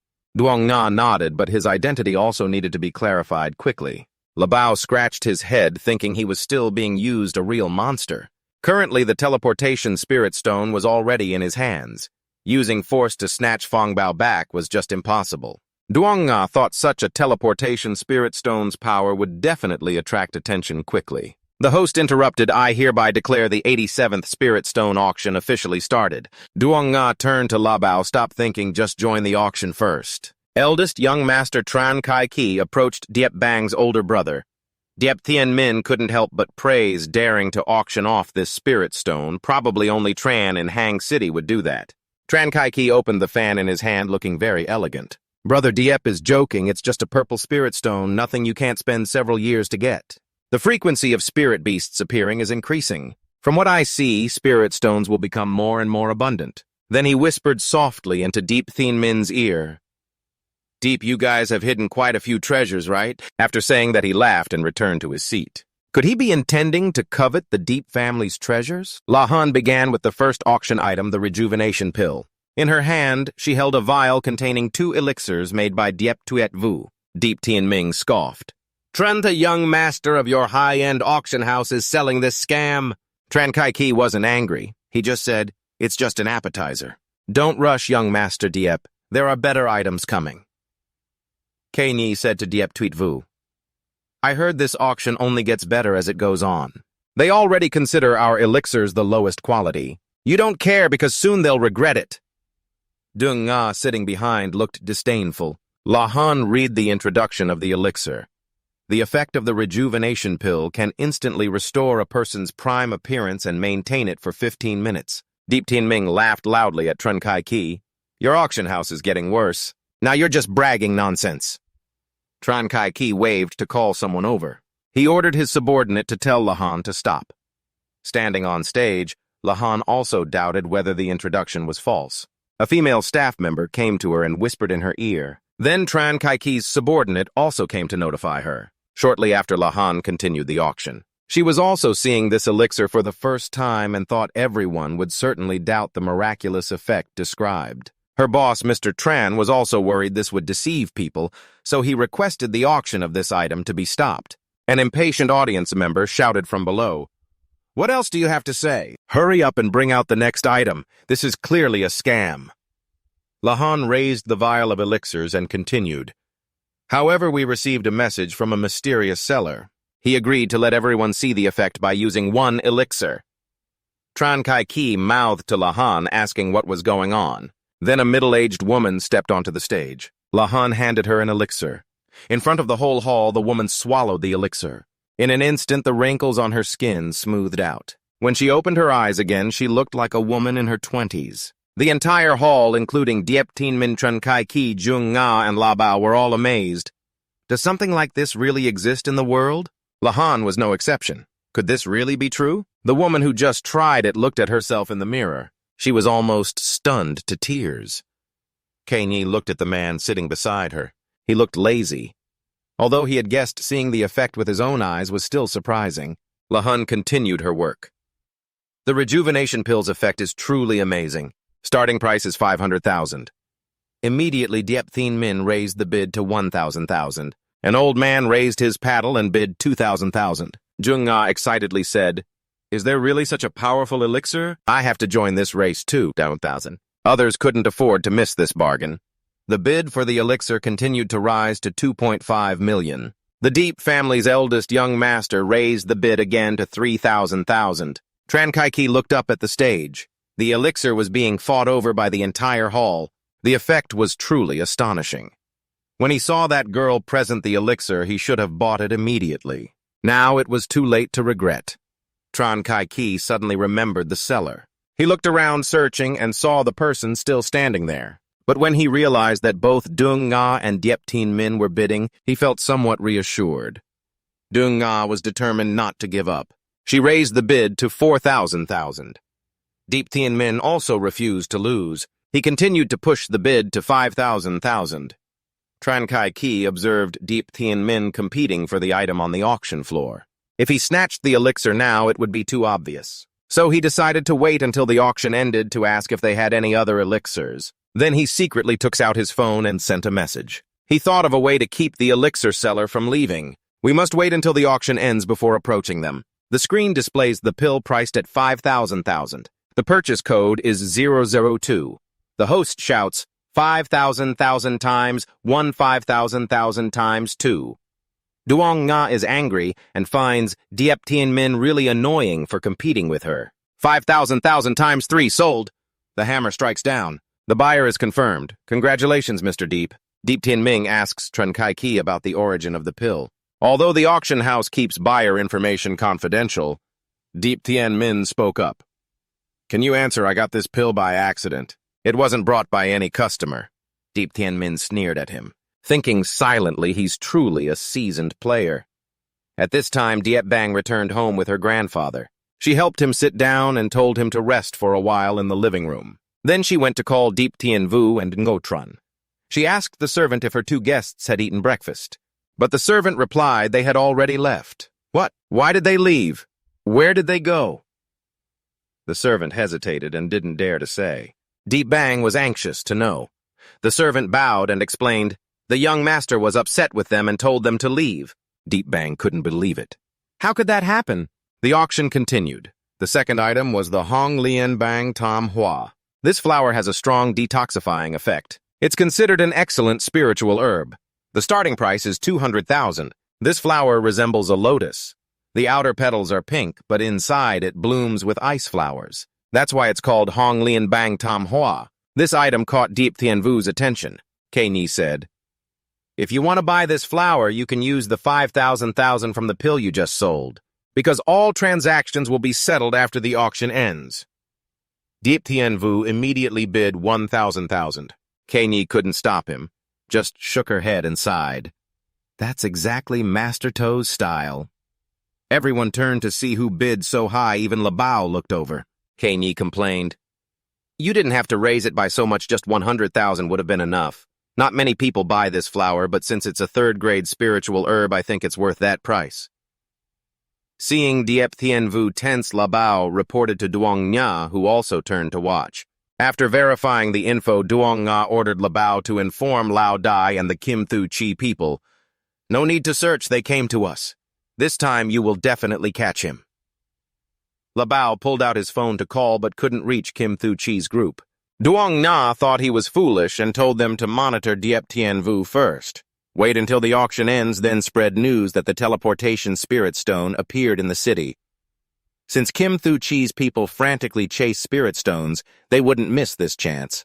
Lahan shouted 1,000 times 3 sold, congratulating this gentleman on buying the Hong Lian Bang Tam Hua. Diep Tien Vu was very satisfied that no one stole from him. Kei muttered, he raised the price to 1,000. Usually someone would snatch it, that's strange.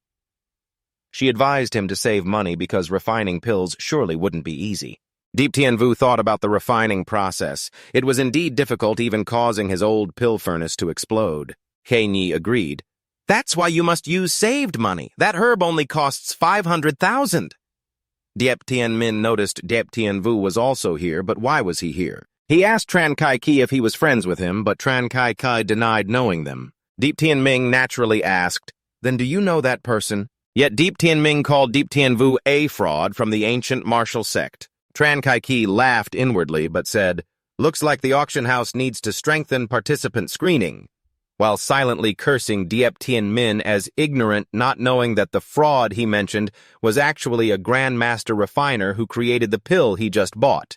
Diep Tien Min suddenly remembered, wasn't the pill just now Diep Tien Vu's? But that can't be. Kai Ditch said Diep Tien Vu's refining exploded the whole room. It couldn't have been him. The auction continued most items related to supernatural abilities. After buying the Hong Lian Bang Tam Hua Diep Tin Vu didn't buy anything else. Lahan brought out the final item, pulled back the curtain. And it was indeed. The purple spirit stone in the glass case was a diamond-shaped spirit stone. Duong Nga had been waiting for it for a long time, and now it finally appeared. Deep Tien Vu is becoming increasingly suspicious of it. Through Lahan's introduction, the purple spirit stone can be crafted into a super-powered weapon. After a simple test, the energy in this spirit stone is still very abundant, with a starting price of 20,000, a number that felt like a mountain crushing down on Deep Tien Vu. He didn't expect it to be that expensive and quickly withdrew his hand holding the board. He Nhi then began to explain a bit more to Diep Tien Vu about spirit stones. The market value of purple spirit stones ranges from 30 to 50 million VND. Although purple spirit stones vary in quality, there is no clear hierarchy. The ability to craft them into weapons largely depends on the skill of the craftsman. If forged into an S-grade superpowered weapon, its value could increase many times, while even the weakest D-grade superpowered weapon is worth more than a raw purple spirit stone. At this moment, Diep Tien Vu's eyes showed ill intent as he looked toward the hammer Ngo Tran was holding. The boy sensed this too and instinctively turned to hide the item. Meanwhile, the crowd was fiercely bidding on the spirit stone. Duong Nga pushed the price to 25,000, and others continued raising it to 30,000. Deep Tien Ming, with a bold style, shouted out a price of 50,000. Duong Nga was furious. She looked like a hedgehog bristling as she stared at young Master Diep, who had repeatedly snatched opportunities from her on stage. Lahan spoke up to the auction hall. 50,000.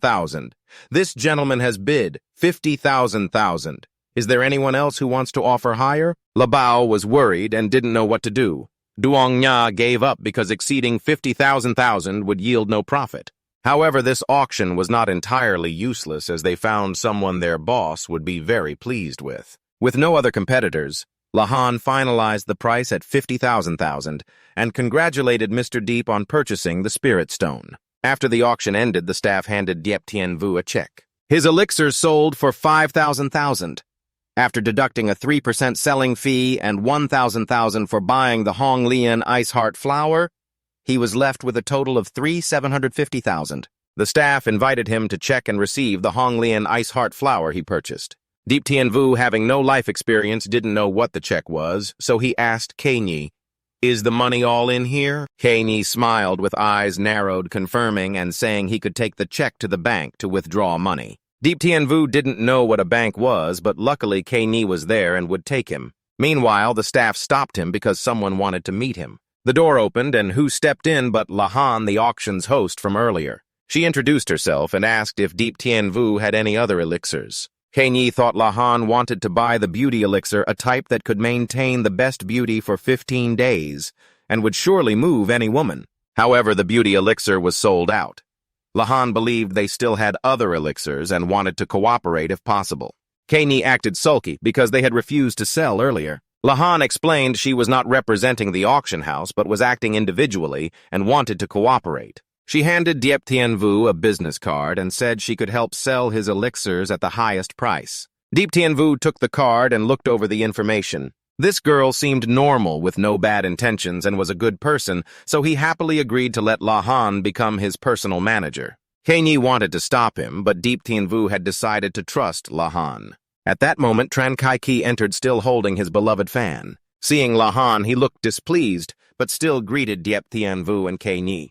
He asked if they still had elixirs, but He Nhi turned her back and said they were sold out. Tran Kai Ki grabbed He Nhi's shoulder, making her unhappy. He proposed cooperation, but He Nhi refused. Lahan stepped forward and said if Tran Kai Ki wanted to buy elixirs, he should negotiate with her. Tran Kai Ki appeared annoyed and threatened Lahan with a compromising video. He pushed Lahan to the ground and called 4 bodyguards to surround Diep Tien Vu and He Nhi. Tran Kai Ki sat on the chair holding a fan, asking in a threatening tone, "Can you two talk business now?" He forced them to choose between cooperating with him or with Lahan. He Nhi worriedly didn't know how to handle the situation, but Deep Tien Vu was extremely annoyed. He moved closer to Lahan. Earlier she had agreed to become his manager, so from now on no one had the right to bully her. He reached out to help Lahan stand up, tears streaming down her face. For some reason at that moment she felt a strange sense of security. something she had never experienced before. But as he ignored his own presence, a bodyguard approached from behind, intending to attack. When his hand touched Diep Tien Vu's collar, it suddenly stiffened. He screamed loudly, eyes rolling back from the pain. Inside the arm, no one could see all the bones and joints shattered. Tran Kai Ki was surprised. Could this be the ability to harden flesh and skin? Then two others rushed in to attack, but Kei Ni and Ngotron blocked them. Kei Ni used Bai Wen Chung to knock one away. Ngotron used Ngotron Bong Bong Club to strike the other's leg, creating a whirlwind that sent them spinning several times before collapsing on the ground. Seeing his four men defeated, young Master Tran couldn't sit still. Tran Kai Ki angrily closed his fan, thinking their choice was foolish. Another person called out was Trio Ho, a level 2 psychic seemingly more formidable than the previous ones. Tran Kai Ki ordered to kill Diep Tien Vu, keep the two girls alive, and not to let Ngotron off. Kill them all! Trio Ho obeyed the command. Outside, Labao and Dung Nga were waiting. Labao was quite confident, but Dung Nga couldn't contact their boss, so they could only follow Diep Tien Vu. Earlier, Labao had spread rumors hoping to attract some people from the city. The more chaos, the more opportunities they had in the auction. Trio Ho saw Ngotron wielding a superpower weapon and decided to deal with the boy before he could attack. Ngotron used Ngotron Bong Bong only to block a tiger paw growing from the psychic's arm. His body was like a hunting tiger, claws and eyes sharp. Tran Kai Ki smugly said, Trio Ho is a peak level 2 psychic, not your rank D superpower weapon. That could defeat Trio Ho's claws. Almost reaching Ngotron, the boy raised his hand to shield his eyes, but in that moment, everything seemed to stop. Ngotron opened his eyes slightly and saw Trio Ho turning his head. Diep Tien Vu was holding his leg and threw him through several walls, leaving him sprawled. The next to suffer was Tran Kai Ki. Before he could react, Diep Tien Vu's hand was already in front of him. He immediately clenched a fist and smashed it into the ground to realign his jaw and face. He had been at his peak 500 years ago, and this guy dared to challenge him. Diep Tien Vu took out his phone and asked Kei Ni, "Was that footage just now a video?" Kei Ni said it was a video. It could be deleted, but she wasn't sure if it was saved elsewhere. He looked for the video with the purpose of deleting it, ensuring nothing could threaten La Han anymore. But a purple tail suddenly grew from behind him, aiming to attack the two girls. Diep Tien Vu discovered and grabbed the rough tail, pulling it back. Tran Kai Ki's body was lifted off the ground, his face and limbs all transformed. It turned out the tail was growing from inside his body. Another tail sprouted from his back, looking so grotesque that Kei Ni was terrified. The two tails, like blood-sucking vines, lunged toward them to attack. Kei Ni became the first target, but Diep Tien Vu quickly stepped in to shield her.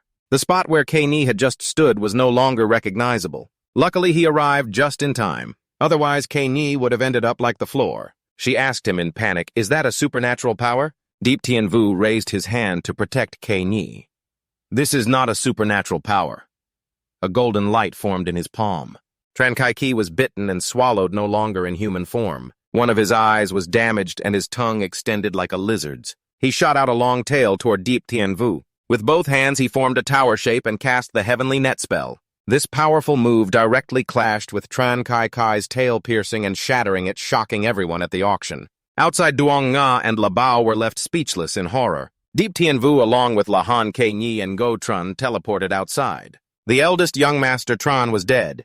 His men panicked and fled to report to the family head. Trio Ho awoke after the upheaval.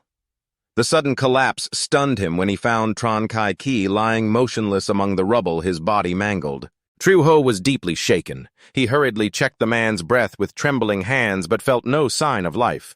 He retreated in panic. Diep Tien Vu remained lost in thought. The aura just now couldn't be mistaken. It was exactly like 500 years ago. It must be verified immediately. Trio Ho shouted, "You've killed him! Do you even know who he is?" Trio Ho's reaction made Diep Tien Vu even more suspicious. This person is definitely human, no doubt. Then what exactly was that aura just now? Trio Ho transformed into a half-human, half-beast form, but what appeared in Diep Tien Vu's eyes looked more like power derived from spirit stones. So the origin of this thing must be clarified. Trio Ho completed his transformation. He looked at Diep Tien Vu. Just an ordinary young man who killed his young master, definitely won't escape. He raised his claws to attack, but Diep Tien Vu pushed him away with a single slap that sent him flying 1,000,000 tigers' force 8,000 miles away.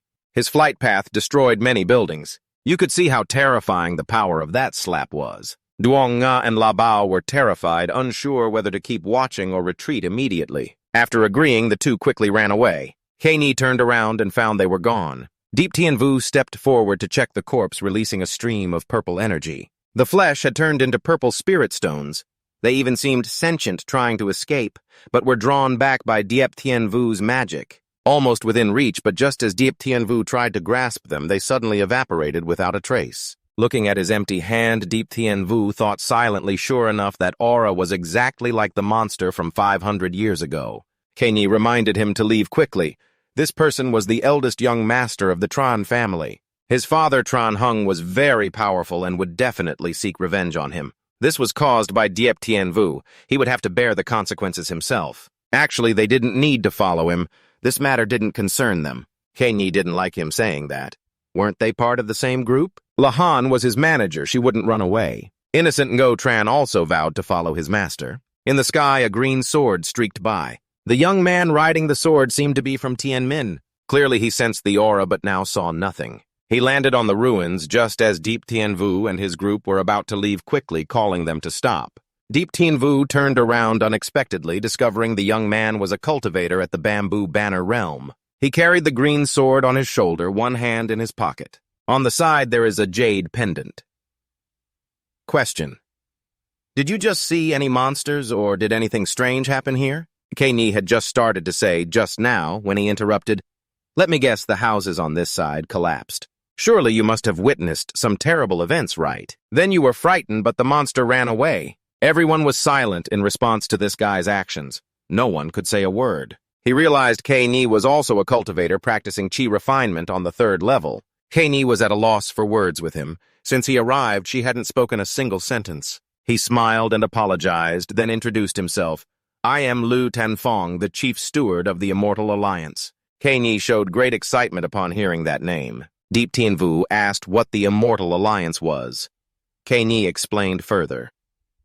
After the appearance of spirit stones, those with special abilities emerged, and the cultivator sects gradually dwindled. Currently, most cultivator sects have joined the Immortal Alliance, but the alliance is very mysterious. Very few people know where they are. I've only heard my grandfather mention them, but have never actually met anyone from the Immortal Alliance. Lu Tenfeng saw that Kei was knowledgeable and immediately invited her to join the Immortal Alliance. Receiving this offer, Kei's eyes lit up. Can I really join the Immortal Alliance? Lu Tenfeng firmly confirmed. Of course, the Immortal Alliance welcomes all cultivators. Everyone here can come. He examined each person carefully. There was no spiritual energy fluctuation on Lahan and the little monk. The Immortal Alliance only accepts those who have entered the chi refinement stage. His gaze shifted to Diep Tien Vu, who showed some spiritual energy fluctuations but with unclear cultivation level. Maybe just recently entered the stage, but it's fine. As long as everyone is interested in cultivation, just find him. He will lead everyone to the Immortal Alliance. None of the four could interrupt Lu Tanfeng's story. He was talking too much. Just as he was about to continue, the ringtone sounded. His ringtone was also strange. Love the single guy by the quiet pier, love the tough guy with no ghosts. A ringtone no one could match. It was his senior sister calling. Lu Tenfeng answered, Hello, senior sister. The voice on the other end was not very friendly, loud enough to almost blow him away. Lu Tenfeng, what are you doing? Haven't you reported about the little guy yet? Senior sister's voice. I'm currently tracking a strange aura appearing in Hang Thun. The senior sister continued, Have you caught it yet? I just arrived, I'm investigating. Then stop investigating immediately, head to Dai Min Mountain. There's an anomaly detected there. Senior sister, you're also rushing there. Lu Tenfeng immediately became serious. He straightened up like standing at attention for the flag-raising ceremony preparing to sing the national anthem. Set off immediately. Senior sister reminded him to be careful and not to randomly recruit people into the Immortal Alliance. Recruitment is not your responsibility. Lu Tenfeng was about to say more, but the line was cut off, leaving a cold contempt behind. He sighed, realizing nothing could get past his senior sister. You have an important mission and must leave immediately. If anyone wants to join the Immortal Alliance, give them this card and have them come to Vu Ho Than Son to find me. He threw a card to Diep Tien Vu. It had a phone number on it.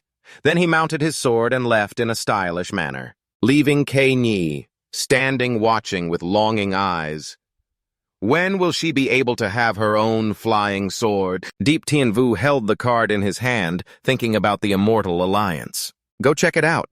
Maybe there will be clues about the person he's looking for. Kei Nhi was eager to go to Vu Hotensun immediately. But first, she needed to find a quiet place to rest. Deep Tien Vu intended to refine some pills. Lahan suggested everyone follow her. She knew a very suitable place. She led them to a luxurious villa. In another room, the sound of a wine glass shattering echoed. A man knelt down to report to his master while a girl sipped her wine. Tran Hung, father of Tran Kai Ki, received news of his son's death. His face was full of fury. Who killed my son? According to the report, the culprit was someone from the Ko Va sect. Tran Hung gritted his teeth. Ko Va sect. He was at the peak of anger and hatred. That's his son's life. Kim Thu Chi Tweet Truk realized the situation had changed. Cooperation with Tran Hung could no longer continue. She gently picked up her umbrella ready to leave, but Tran Hung held her back. Tweet Truk, who looked like an elegant young lady at first glance, suddenly revealed a demonic face. The deal was done. Tran Hung wanted all of Kim Thu Chi's people to act, but the 5 spirit stones were only enough to invite 5 people, and 5 was enough. Asai Ki. Her figure disappeared behind the door.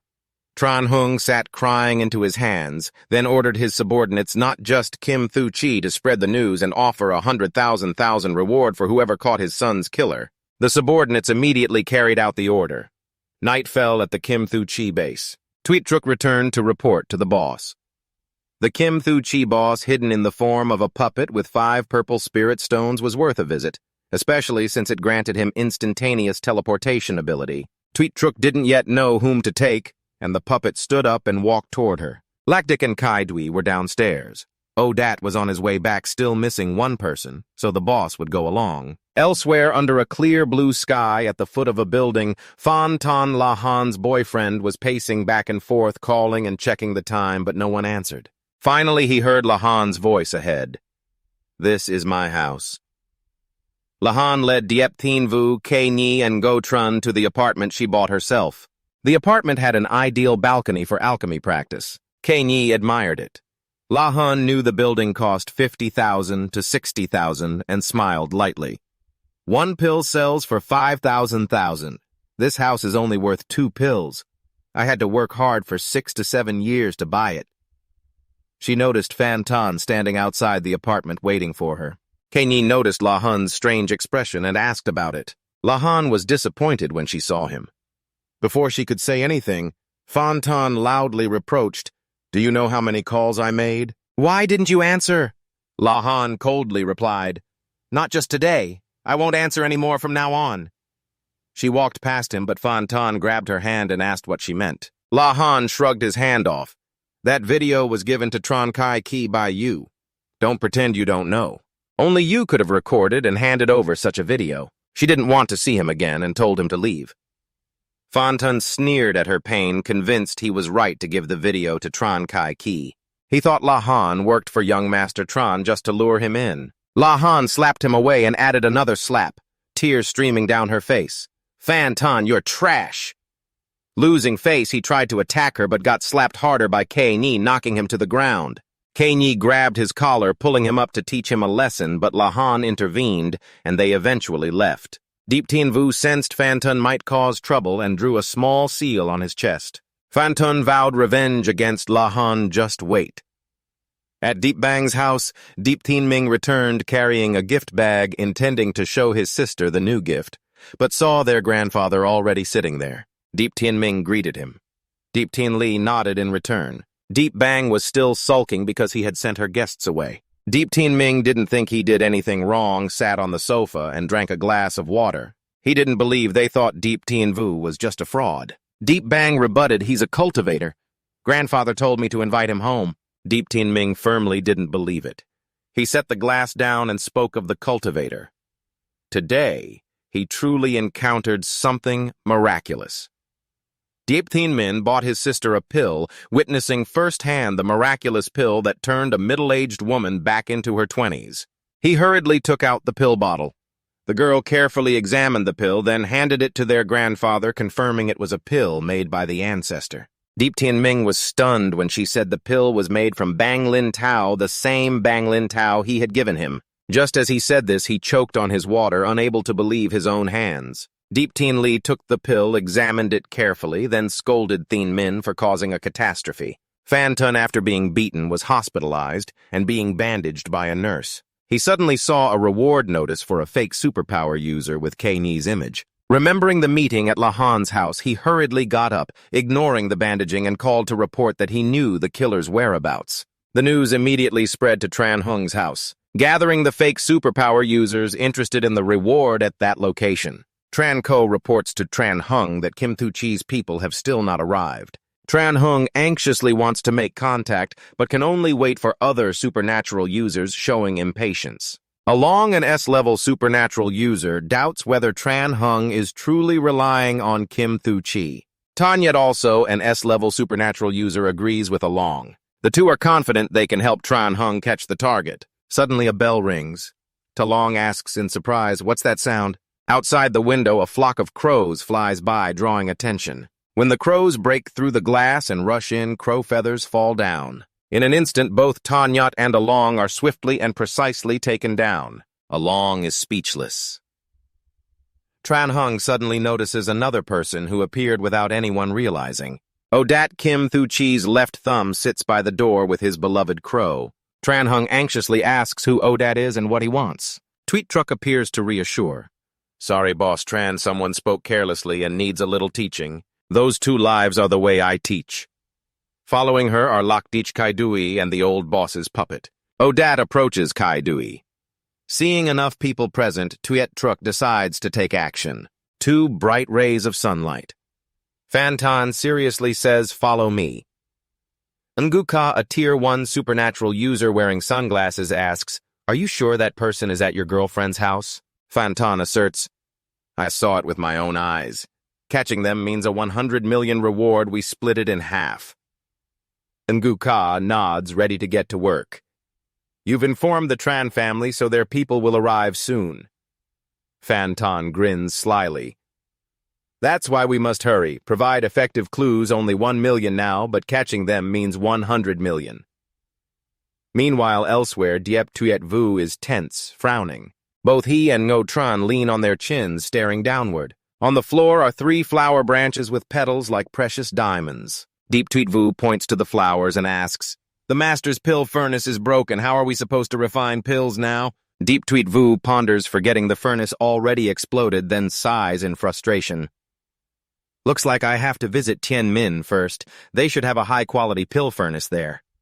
Suddenly, Yi K-Ni enters holding a towel and cheerfully says, "Lahan's bathroom is really nice. It's the first time I've bathed in such a large bathroom." Lahan carries a fruit plate, smiling warmly. "Pretty great, right? She likes bathing and has high standards for bathrooms, so she bought a place with a large bath." She sets the fruit plate on the table and invites everyone to eat. Hearing this, Tuyet Duk Tu and the master involuntarily exchange looks. Deep Tweet Vu suddenly shouts, "Got it!" Then he puts the 3 flowers into a pot, raising his hand to cast a spell that ignites the fire inside. Ike-Ni anxiously asks the senior, "Are you really sure you can refine pills like this?" Lahan explains, "As long as you control the fire temperature properly, it's possible." The fire grows larger, then suddenly shrinks until only smoke and 2 red spirit pills with swirl patterns remain. Deep Tweet Vu confidently holds up 1 pill, impressing everyone. Lahan is amazed, not expecting such miraculous pills to be made this way. He hands the 2 spirit pills to Lahan. "These are detox pills that can neutralize most poisons instantly. Please sell them for me." Lahan happily looks at them. "If it's a special occasion, their price could be sky high. Leave it to me, I'll definitely help you sell them at the best price." Diep Tuet Vu suddenly stops smiling, leaving everyone puzzled. Suddenly he shoots straight up into the air, bewildering everyone. What on earth is happening? In a tense scene, Tuyet Truck appears to meet Tran Hung. He immediately asks, "Where is your big boss?" Tweet Truck gently holds an umbrella, smiling in reply. "Boss Tran, don't be impatient. Isn't there still 10 minutes until the appointment?" Tran Hung props his hand on his face, looking impatient and threatening. "You better not make any mistakes." Suddenly, a flock of black crows flies toward him from nowhere. His subordinates panic and shout, "Boss, watch out those crows!" Odat appears face-covered, wearing a straw cloak on his shoulders, holding a bright red sickle right at Tran Hung's neck. In an instant, Tweet Truk calmly said, "Boss Tran, we only have a cooperative relationship. We are not your subordinates. Please watch your words." Tran Hung hesitated a bit, but still tried to negotiate. "I'm also Party A, don't you want more spirit stones?" Hearing this, Tweet Truk waved her hand in satisfaction. Odat quickly retracted his scythe and slowly advanced toward Tran Hung, despite the anger of the subordinates. That single action made Tran Hung so scared he started coughing harshly, turning pale and determined that he would make these people pay. Triuho whispered in his ear, "Boss, that guy is very strong. Right now we still have to rely on Kim Thu Chi's people to catch him, so don't get angry yet." Tran Hung glanced at the clock. There were 8 minutes left before the operation.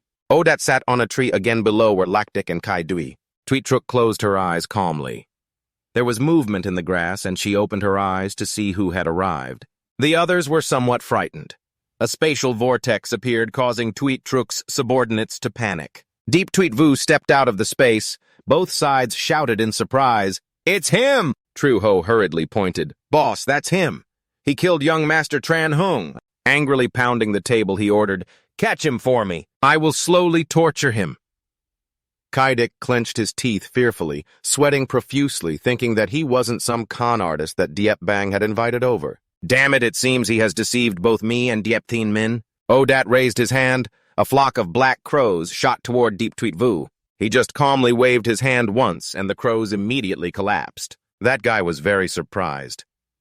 Kai Dui said to Tweet Truk, "He's very powerful.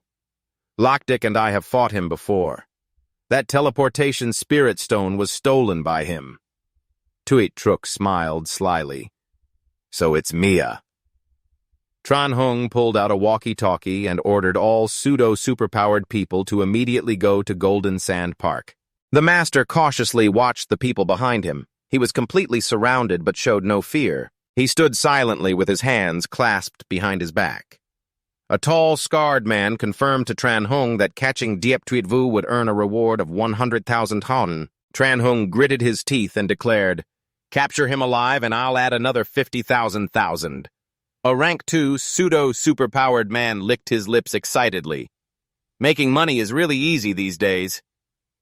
A red-haired girl holding a microphone stepped forward hesitantly. "General Tran, aren't you mistaken? This guy is only a low-level rank 2 pseudo-superpowered." She arrogantly put her hands on her hips. "His electric wave fluctuation ability hasn't even reached rank 1. She was even more determined to get that money." He placed his hand on the ground, and a blue wave spread out quickly toward Diep Tweet Vu. But he stood on that wave expression calm and fearless. Nothing happened. Seeing this, the two others stood dumbfounded in place, amazed. "How is this possible?" Deep Tweet Truk laughed and said, "Sure enough, it's him." At this moment, Deep Tweet Vu was standing with his hands behind his back, hovering in the air, not touching the wave at all. A rank 2 doubted his flying ability. It is rare, but how can a rank 1 pseudo-superpowered person use such a skill so proficiently? Ha-Ting confirmed the measuring device showed no issues. The rank 2 turned away, leaving him in the air to be dealt with by her. Ha-Ting quickly spread the black wings on her back, confidently saying, "The air is my territory." Immediately, she shot up into the sky. Before Deep Tweet Vu's eyes, she dashed in and used her foot to create a large explosion. Suddenly, her eyes widened in horror. Deep Tweet Vu caught her with one hand calmly as he observed her wings. Animal shape-shifting power and even object transformation ability are these all from the Spirit Stone's power. Still not touching the ground, he seriously raised his hand and gently grabbed her ankle, immobilizing her. He flicked her away. She landed, causing an explosion that blinded the scene with dust and smoke everywhere. The rank 2 carried her and ordered, "Let's go together." Deep Tweet Vu remained unshaken and immediately raised his hand to form a magic array. "Then let's deal with them all at once." The yellow circle he created kept growing, threatening power everywhere. The bright light dazzled, sweeping away enemies wherever it went. All of them were sucked into the circle. Finally, he wiped his hands in satisfaction. The old men saw the situation was bad, their faces pale with no blood left. He stammered, "Where did they go?" Diep Tuet Vu continued to create a floating orb in his hand, saying, "A good place." Tweet Truk commented, "At first glance, not a psychic." Feathers suddenly floated around him. The masked man let a giant crow flying over. He snatched the man's weapon. Casually making a few basic Yashua strikes, the crow's parts instantly severed. The man didn't even understand what just happened. With a loud bang, the impact was a permanent goodbye. Holding the scythe in hand, he praised, "This looks cooler than Ngo Tran's hammer." The man trembled, trying to stand as he raised the scythe. The ice began to melt as he stabbed the scythe into the ground. Sharp shards of ice suddenly shot up. He quickly stepped back. Tweet Truk smirked, praising his quick reaction. The two hovered, surrounded by a wall of ice. A Tweet Truk behind Kai Dui said to Lactic, "I heard there's a snow woman in Kim Thu Chi. Turns out it's her. Rumor has it she once defeated 3 level 4 psychics alone. Moreover, she killed all 3. Tran Hung smugly thought Kim Thu Chi is truly reliable. At this rate, catching him will be as easy as holding up your hand." She ordered to finish it. Tuet Te immediately activated her whole body. Deep Tweet Vu was frozen. She raised her hand to her mouth, laughing. Before she could relish it, he spoke. Finally, a worthy opponent. She was startled. He created a large ring of fire around her. Annoyed, she gritted her teeth and fanned her face. Fire and ice collided. All the ice melted under the heat. She panicked. Is he unharmed again? Suddenly, he appeared behind her, placing a hand on her shoulder, quickly snatching the umbrella from her hand. Red threads wrapped around her waist, pulling her away. At that moment, a giant puppet appeared. She was stunned. "Thanks, boss," he grunted. From his eyes, you could see the puppet rushing towards him. A huge explosion erupted in the air. His face darkened.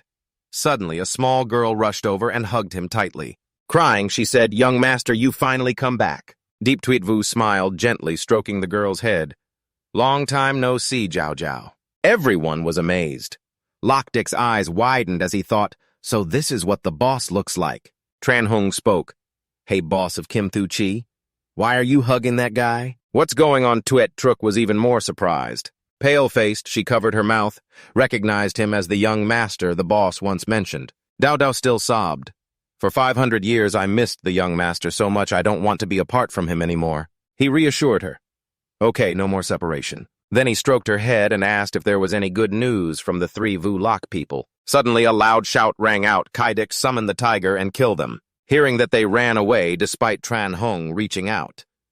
"Are you kidding? You want us two to fight half of Kim Thu Chi?" They were sweating in fear, shouting, "I don't want to die." Jiao Dao wiped her tears, smiled wickedly, and ordered, "Don't let them escape." The enemies obeyed, rushing to cut off their path. Kaidik chuckled. "Want to run? Oh, the black crow flock has already blocked the tiger below." Tweet Truk was all cold ice now. A familiar figure stepped in front of Tran Hung. He was terrified, pale as death, shouting, "You can't do this. I already paid 5 spirit stones. I double the price to kill him." Tweet Truk leaned her umbrella against the icy ground and softly said, "Boss Tran is done for." Returning to Lahan's house, she put 2 spirit pills into a wooden box and asked Yi Ke Ni, "Who exactly is he that can use a pan to refine pills? It's truly miraculous." She admired and replied, "I only know that the senior is very formidable, but someone that formidable must be a highly renowned figure." Ngotran raised his hammer in agreement. Of course, the founder would be formidable. Suddenly, a huge explosion blew off the wooden door. The 2 of them turned around in panic. Fan Tan had brought a man in black. Lahan angrily said, "It's you." Fan Tan smiled and pointed. "5th brother, capture them. Wait for that guy to come back. Of course he'll be helpless and tied up." 5th brother smiled slyly, gripping his hammer, thinking, "Taking this 100 million is way too easy." Ngotran and YK Ni stood in front to protect Lahan. She cursed, "You worthless scum, don't even think about getting your hands on it." Ngotran charged forward, raising his heavy hammer. 5th brother tensed his clothes, torn and ragged, quickly transforming into a demonic wolf to threaten him, swiping with sharp claws. Ngotran stepped back to dodge. Lahan and Ngotran both painfully hit the floor. But before they could steady themselves, he lunged again with a powerful punch as fast as lightning. Ek Ni used the cloud palm technique against him. Unfortunately, he knocked her far away with a single punch. She painfully hit the ground, causing the other 2 to worry. They stared fearfully at the person before them. Fantan put his hands in his pockets and smirked. After Tuet Truk finished dealing with things, she returned to report to her boss, "Yes, Jiao Jiao. He gestured with his hand and introduced, "From now on, all actions of the Kim-Thu-Chi members will follow the young master's orders." Everyone replied in unison, "Yes, greetings, young master." He forced a smile, thinking quietly. This is just like 500 years ago, always able to gather a group of talented people. Suddenly, he noticed something. Dao Dao linked arms with him to speak, but he cut her off.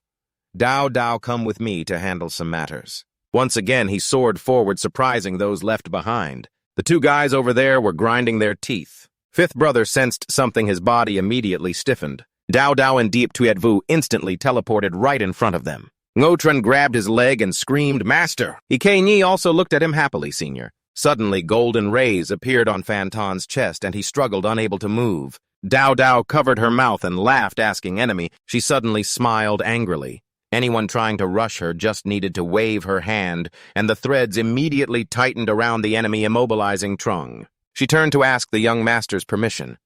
"May I capture them?" He agreed, and she relaxed her hands, crossing them over each other. Suddenly, the house echoed with shouts of "Engage!" Kai Ki, severely injured, slowly opened his eyes, clutching his chest in pain as he tried to stand. Am An Long Vuong A level 6. Psychic pinned a man underfoot and disdainfully said, "Kim-Thu-Chi only has this much strength." He looked at Tran Kai Ki number 11, "You've also awakened." Tran Kai Ki weakly said, "My body is badly wounded. Help me find a place to heal." Aman Lung Vuong turned away. "Trouble is coming, follow me." He carried Tran Kai Ki on his back and flew away. Lu Tanfeng and his senior sister rode swords to approach him, landing where someone lay motionless. The senior sister also slowly approached, while Lu Tanfeng carefully checked if the person was alive. Information appeared showing the person's name was Lu Dot, one of Kim-Thu-Chi's right-hand members. The senior sister held an iPad and revealed more. "We could kill him. But what kind of monster exactly is he?" Lu Tanfeng rested the blade on his shoulder, looking at the body in front of him, and asked, "Lu Dot of Kim-Thu-Chi is a right-hand member." The senior sister nodded in confirmation. Right-hand members of Kim-Thu-Chi are much stronger than the left. I met Lu Dot once, and his strength surpasses mine. She sat down to observe the wounds on the body and the energy fluctuations we detected. It's very likely caused by number 3. Lu Tanfeng rubbed his chin in suspicion. If it really was caused by number 3, then the monster's strength is beyond what Kim-Thu-Chi can handle. Then whose movement did I detect? According to the news from headquarters, that guy is also heading this way. You suddenly realize and slap your hands together. Ah, I get it. Those two have met. It must be so. Senior sister, if they gather and go together, it is very likely that the torturer I chased just awakened. Senior sister looked up and said, "Can I say a few words?" Liu Qingfeng shyly scratched his head and invited her to continue. "Actually, your analysis is not wrong. The guy you chased is very likely to have just awakened. We still don't know how they awakened, but one thing is certain. They must be related to the great battle 500 years ago, and their numbers are increasing." Liu Qingfeng asked again, "I remember that the water pavilion master once captured one, right? Did their master find out any information?" Senior sister crossed her arms and shook her head. "Not really clear.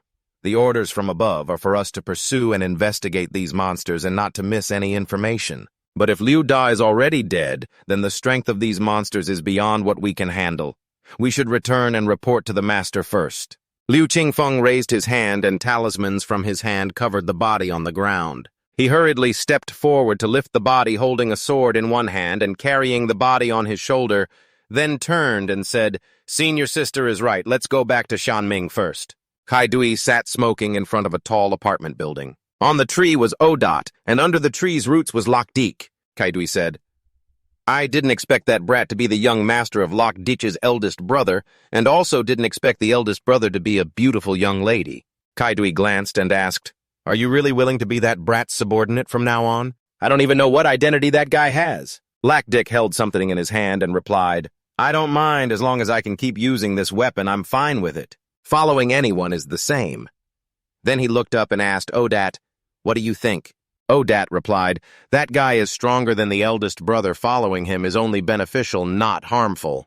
Kai Dui stubbed out the burning cigarette on a stone slab, then threw it away. "Actually, I never understood why the eldest brother doesn't let us use black spirit stones, only purple spirit stones." Lack Dick explained, "Of course the eldest brother has his own reasons, we just follow orders." Kai Dui continued asking, Then on what basis can the right-hand men use black spirit stones? If this keeps going on, the gap will only get bigger. He angrily left. Now suddenly there's a young master appearing out of nowhere. He joined Kim Thu Chi just because of the spirit stones. If he can't get them, he'll just retreat. Suddenly, Tuyet Truk holding an umbrella approached, making him startle and turn around. She glared threateningly. If you dare to leave, I guarantee you'll turn to ice shards the next second. Kai Dui immediately became fearful, calculating that her spirit stone power was too strong. Tuyet Truk continued speaking. Kim Thu Chi does not allow traitors. If you want to leave, go ahead, just tell the eldest brother. Then she closed the umbrella and walked away, leaving Kai Dui confused alone. Right about this, you guys are wrong. All the right-hand members of our side are not supernatural power users, but cultivators, she said while turning her face with a sharp, cold gaze. Kai Dui and Lactic immediately widened their eyes in surprise. At Lahan's house, Diep Tuit Vu was very tired, with Ngo Tron and Dao Dao each holding one of her arms. She gave a pitiful look and said, Dao Dao doesn't want to be apart from the young master. And Ngo Tran also said, doesn't want to be apart from the grandmaster. Yikanyi drank water, irritably observed Lahan, then stepped forward and asked, making her startle and spit out water. What's wrong? Jealous? She shyly denied quickly, no way. Deep Tuit Vu affectionately said, It's been 500 years, still such a childish temperament. He patted her head to comfort her. All right, haven't we met again now? I promise I won't suddenly disappear anymore. Hearing this, she smiled reassuredly like a child being comforted. Lahan looked shocked beyond belief this time. Is this the Kim Thu Chi eldest brother who is so notorious? He spoke in a warm, deep voice. That's right. How has everyone lived in the past 500 years? Do you know where the Vu Lak are now? She lowered her head with a sad expression and sighed. Almost all cultivators joined that great battle back then. We followed the young master's orders to divide and support the other cultivation sects. When the decisive battle took place, I used Golden Decay Thunder to escape underground to save my life. That was also when he dashed straight toward the giant monster in a flash of light. When she woke up after the cliff, everything was in ruins. Before her was the modern world. She continued emotionally. After I returned, the world had completely changed. I lost contact with the Vu Lak group. He nodded and said, Their strength is very powerful. Surely they have a way to survive. She recalled in a low, sorrowful voice, tattered clothes. I walked through the crowded streets in the rain. After returning, I started searching for everyone, but almost all the sects had disappeared. I had nowhere else to go. Then I avoided cultivation for nearly 100 years in a desolate, rocky mountain area. He asked about Golden Finger, she explained in a low tone. After the cultivators disappeared, essence, stones, and mutants quickly appeared on Earth. I found it strange and began investigating, but alone my ability was limited. So I chose some subordinates and established Golden Finger. He anxiously asked, Do you suspect the appearance of essence stones is related to that monster from back then? She replied seriously. It's not suspicion, it's definitely related. But I'm not sure if the appearance of the star crystal is random or... She hesitated for a moment and then continued. Or if someone is behind it. He asked, Have you found any useful information? She nodded. Yes. For the past 2 years, I discovered a place causing trouble. He asked, Where? She firmly stated, The Psychic Association. Suddenly a noise echoed. Lahan volunteered to check it out. She looked through the peephole, then quickly reported, They are members of the Psychic Association. The senior sister cautiously told Lu Tanfong, Someone is coming. The two hid behind a large rock, carefully watching 2 women approach. She furrowed her brow suspiciously. The Psychic Association. Lu Tanfong said to the senior sister, These 2 are not ordinary. They seem to be officers of the Psychic Association. The senior sister seriously said, I wonder if they are here because of us. Let's observe the situation for now. Tanfong, eager for a fight, said, From what I see, these guys like to cause trouble. Then let's have a fight with them. I love fighting psychics the most. Lu Sa, an officer of the Psychic Association, spoke up. Looks like they haven't gone far. Ung Vung, also an officer, raised his hand to his nose. I smell cultivators here. This is trouble. Liu Sa smiled sinisterly and charged to find her, immediately spreading her palm. A red rose appeared in the center of her palm. From it, a magic formation was activated. Rose petals flew toward the senior sister. The senior sister shouted anxiously, "Not good!" Liu Sa smiled mysteriously, "Found you." The rose petals suddenly became sharp and lunged at them. Thang Feng quickly drew his sword and slashed each petal. He placed the blade on the ground. The two were very cautious. Liu Sa said, "Haven't we revealed ourselves already?" Ung Vung crossed his arms and laughed. "Looks like just two lackeys." Thang Feng angrily pointed at them and shouted, "I'm a young elite member of Tianmin, you know. Who the hell are you?" Ung Vung confidently said, "Tianmin is a joke. This world no longer needs cultivators like you." Behind him appeared a gigantic black crow with blazing red eyes and the character "To Death" on it, Death on. It lunged quickly toward Thang Feng, radiating a dark, evil aura.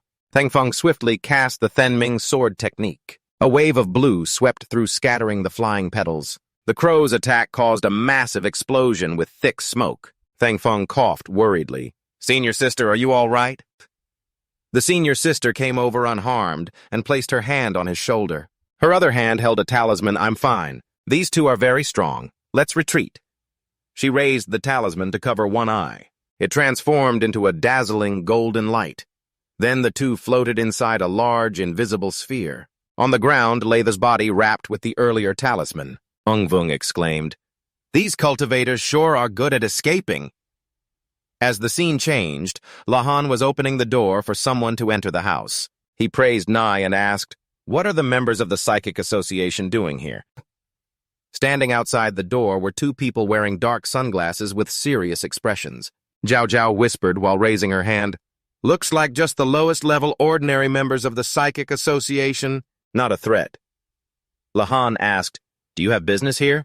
The man replied, "We detected signs of a fight here before. We're here to inspect according to regulations." Zhao Zhao took out a black card and approached. "They are with us." He examined the Kim Thu Chi card carefully. "She is the leader of Kim Thu Chi." She confirmed coldly. He nervously handed the card back to her with both hands. "I understand. I'll report back to the association." The woman holding a device asked, "Are there unregistered psychics among you? According to our investigation, the fighting at the guild hall involved an unknown aura." Du Zhao replied, "That's right. There are unregistered members. I'll have them register later." She pushed up her glasses and said, "You probably know the association's rules. Now we ask permission not to disturb you further." Without hesitation, they left immediately. Dao Dao turned around, her gaze lingering on the shocked faces of the others. Deep Tweet Vu asked, "We're not psychics, but we still have to register with the Psychic Association." She stepped beside him, her voice gentle but firm. "Young master, this world has completely changed." She lifted the white curtain just after a minor clash. Members of the Psychic Association appeared immediately. She looked out the window, her eyes following the two figures, saying, "All psychics must register with the association. Otherwise, they cannot freely use their powers." Then she drew the curtain back, her voice deeper. "Moreover, they are not as simple as they seem." She sat down, continuing calmly. "The two just now had powers at least level 2 equivalent to our chi refinement stage. But they are only the lowest-ranking members in their association." Deep Tweet Vu wondered. "So how strong are their higher-ups?" He sat beside her. She raised her hand, eyes thoughtful. "Not very clear, but with my power, I definitely couldn't fight them.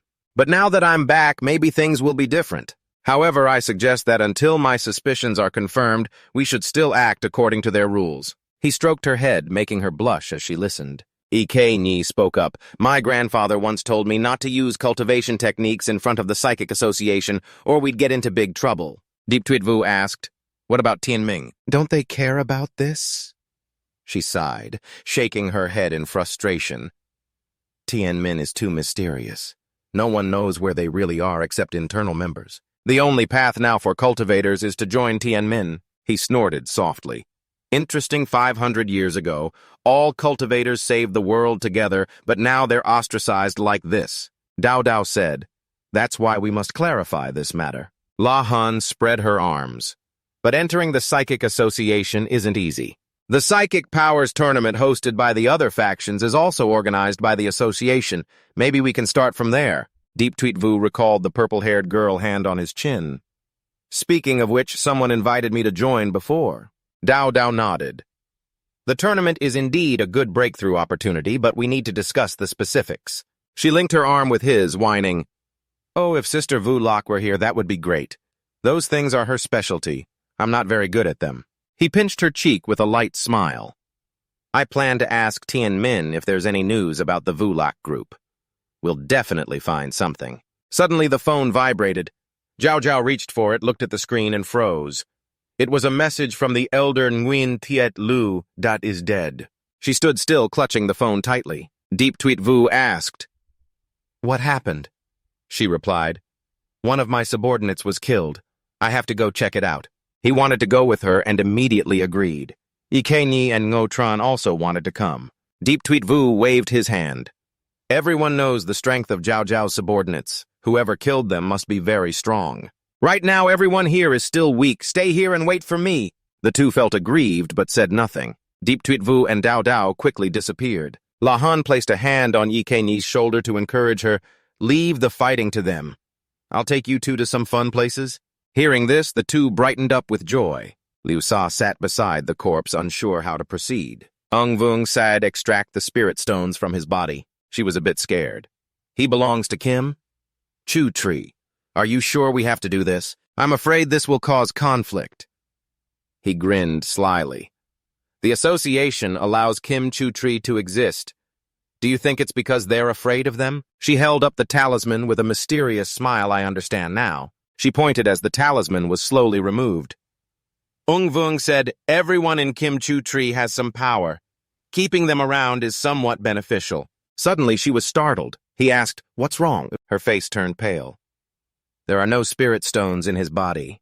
Her words struck like a thunderbolt. He shouted, "What did you say?" Scene shifts to a place full of sharp mountains, fierce lightning striking the ground. A beast approached the corpse, praising truly a magnificent body. A much larger beast, dozens of times bigger, approached with a buffalo-like head, but wings.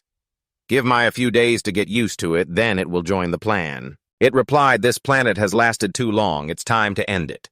The great dragon said, "According to this planet's time calculation, there is 1 more year before Lord General arrives. Until then, we just need to complete our mission." It nodded, "I understand." Lord Ung sat beside the corpse and asked, "How is this possible? Have you checked thoroughly?" Liu Sa said, "Let me confirm again." She pulled out a device which emitted a blue wave spreading over Liu Da's body. The device displayed the words, "No energy reaction." She closed her eyes and confirmed, "That's right, he's not a psychic, but there's no spirit stone energy in his body." Lord Ung pondered, "Not a psychic, but has the strength of a level 5 psychic." He doubted, could he be? Before he finished, Liu Sa said, "You guessed right. Maybe he's an immortal cultivator.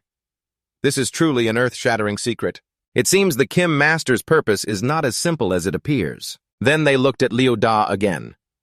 Liu Sa asked, "What should we do?" He ordered decisively, "Take the body back to the association for handling and report to superiors immediately." Suddenly he sensed something unusual, and they became alert.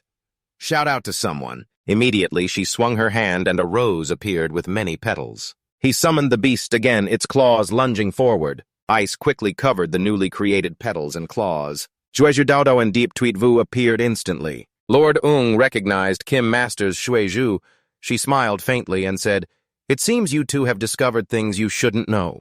He was not afraid. Folding his arms, replied unexpectedly, "Kim Master, you are immortal cultivators. How did you pass the association's inspection?" Zhu Shu waved her hand, sharp ice blades appeared. "This is not something you should concern yourselves with now." Liu Sa raised her hand to the sky, forming an array. Rose petals flew in from afar again. A clash between the power of the rose petals and the ice erupted, finally creating a large explosion with thick smoke. From the smoke emerged a gigantic black wing. Deep Wong Vu exclaimed, "Unbelievable, immortal cultivators really have such miraculous power." Liu Sa whispered in his ear, "Watch that person." He had identified the target looking toward Dao Dao and Diep Tuit Vu standing beside the corpse. He doubted, "Who is that person? And that young man too, I don't recall Kim Master having only 2 like that." Zhao Zhao raised her hand, red threads gradually spreading. Liu Sa shouted in panic, "Be careful!" As she pushed Lord Ung away, The thread wrapped around her wrist, and in panic, she watched the thread spread up her arm, gritting her teeth, enduring the pain her arm was severed. One thread broke and the rose petals scattered wildly. Lord Ung stood observing. Zhao Zhao acted. He turned pale with fear, sweating profusely. She is the Scarlet Beauty Demon. Liu Sa's eyes widened in fear as she asked, She is the Scarlet Beauty Demon. Lord Ung looked fearfully at Dao Dao's figure. Within the association, it's rumored there is a psychic who never registered with the ability to use red threads to attack and control enemies. The association has repeatedly dispatched senior officers to capture that person, but never succeeded. No one has ever seen this person's true face. Years of investigation only revealed this person wears a red hat with the power to control others using red threads. All officers sent have fallen. Dao Dao is called the Scarlet Beauty Demon. Deep Tweet Vu folded his arms. Seems Dao Dao is even more famous than me. Liu Sa looked pale and guessed, Could the Scarlet Beauty Demon be the Kim Master's boss? And she stood trembling with folded arms. Lord Ung spoke. Looks like we just uncovered some terrible news. Dao Dao smirked seductively. Seems like you know a bit too much. She raised her hand, threads wrapped around her index and pinky fingers spreading. He shouted in panic, Be careful! Liu Sa was shocked before she could react. The red threads attacked her heart directly and she immediately collapsed in front of Lord Ung. He was extremely terrified. This person truly matches the rumors with an undetectable power. Diep Shuizhu stepped forward to stop. Wait, Zhao Zhao. She immediately stopped looking at her. Can the boss entrust that person to me? Deep Tweet Vu pondered. Yes, about to break through. Zhao Zhao turned back to look at him. He nodded gently in agreement.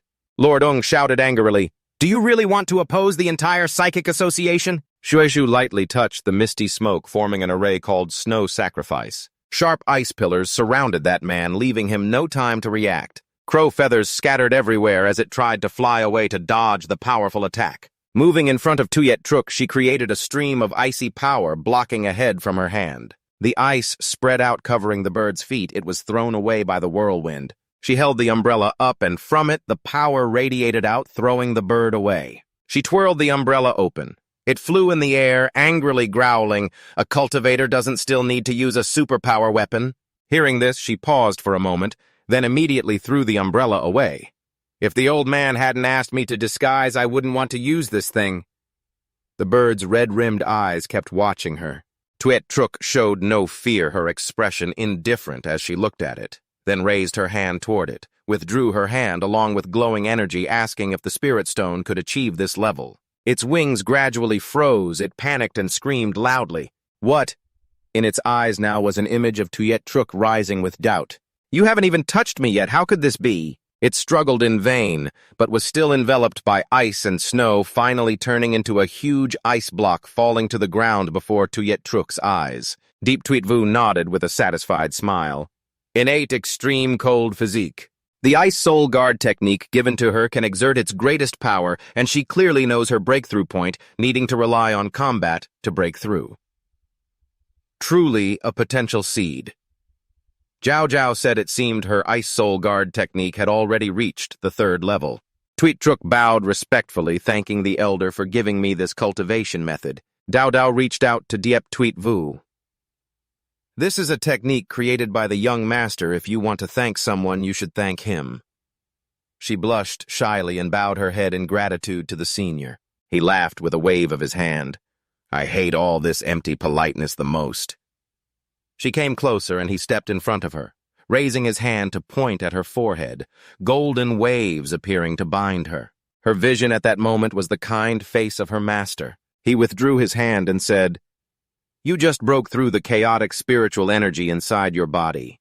Relying on yourself, you need to meditate quietly for 2 months. After helping her regulate the spiritual energy, now she can use the Ice Soul Guard technique at will.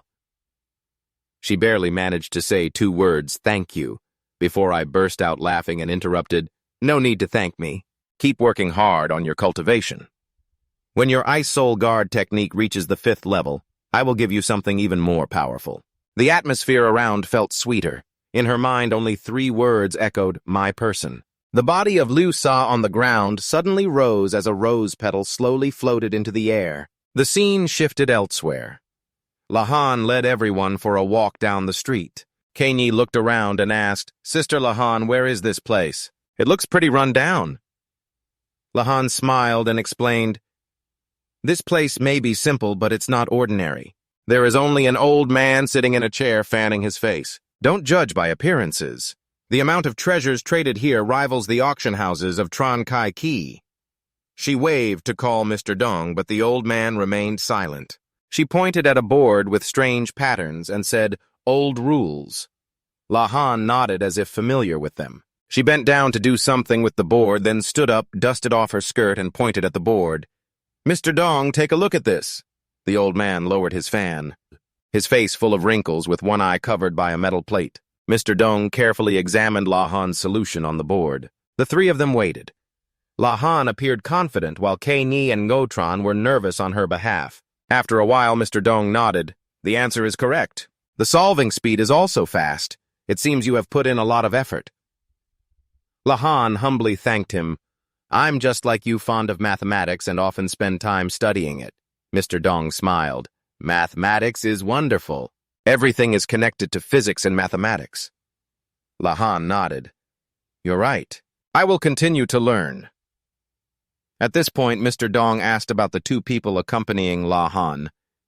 Introduce Kanyi and Ngotran, your good friends. This time they came for trading. Mr. Dong smiled.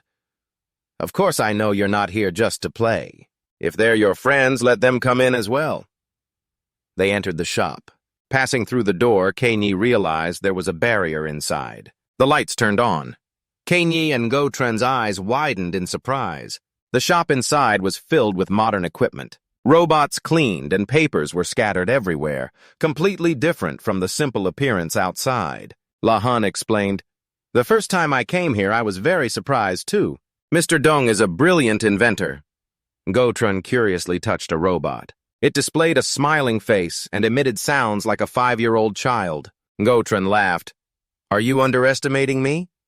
But the robot quickly changed to a stern face.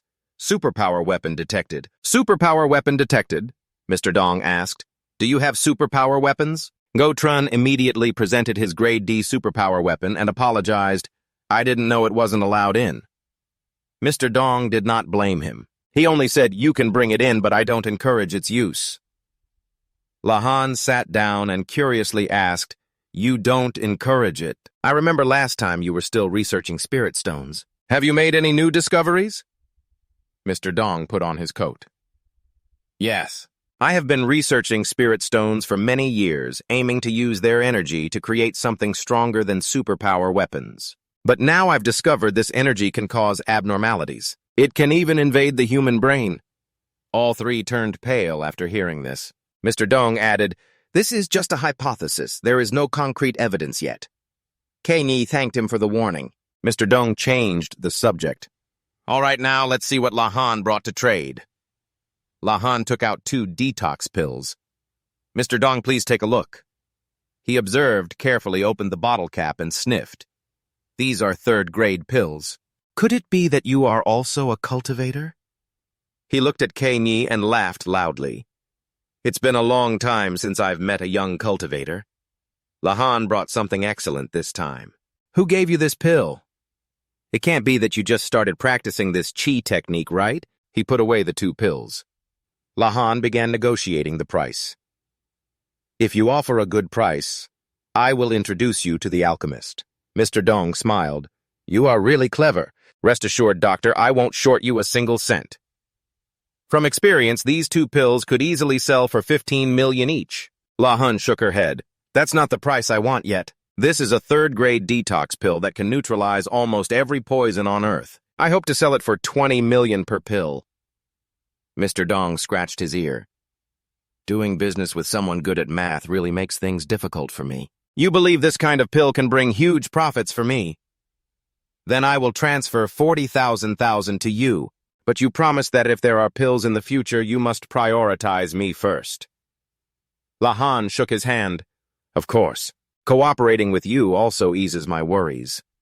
Mr. Dong was eager to meet the alchemist, because a third-grade pill like this hasn't appeared for many years. Right now, the alchemist is the boss of Lahan. When the opportunity arises, I will definitely introduce you two to each other. The transaction ended successfully. At the Psychic Association branch in Hangpan Loi Tiu, an official of the association was sitting and drinking tea in a stone-like form. A subordinate rushed in to report unhappy news. This trouble displeased Loi Tiu. The trembling subordinate continued. The life-light of Ung Vuong has gone out. The cup in Loi Tiu's hand fell to the ground. And what about Liu Sa? His reaction made the subordinate sweat nervously. Liu Sa's light hasn't gone out yet, but its brightness has greatly diminished. It seems she is also seriously injured.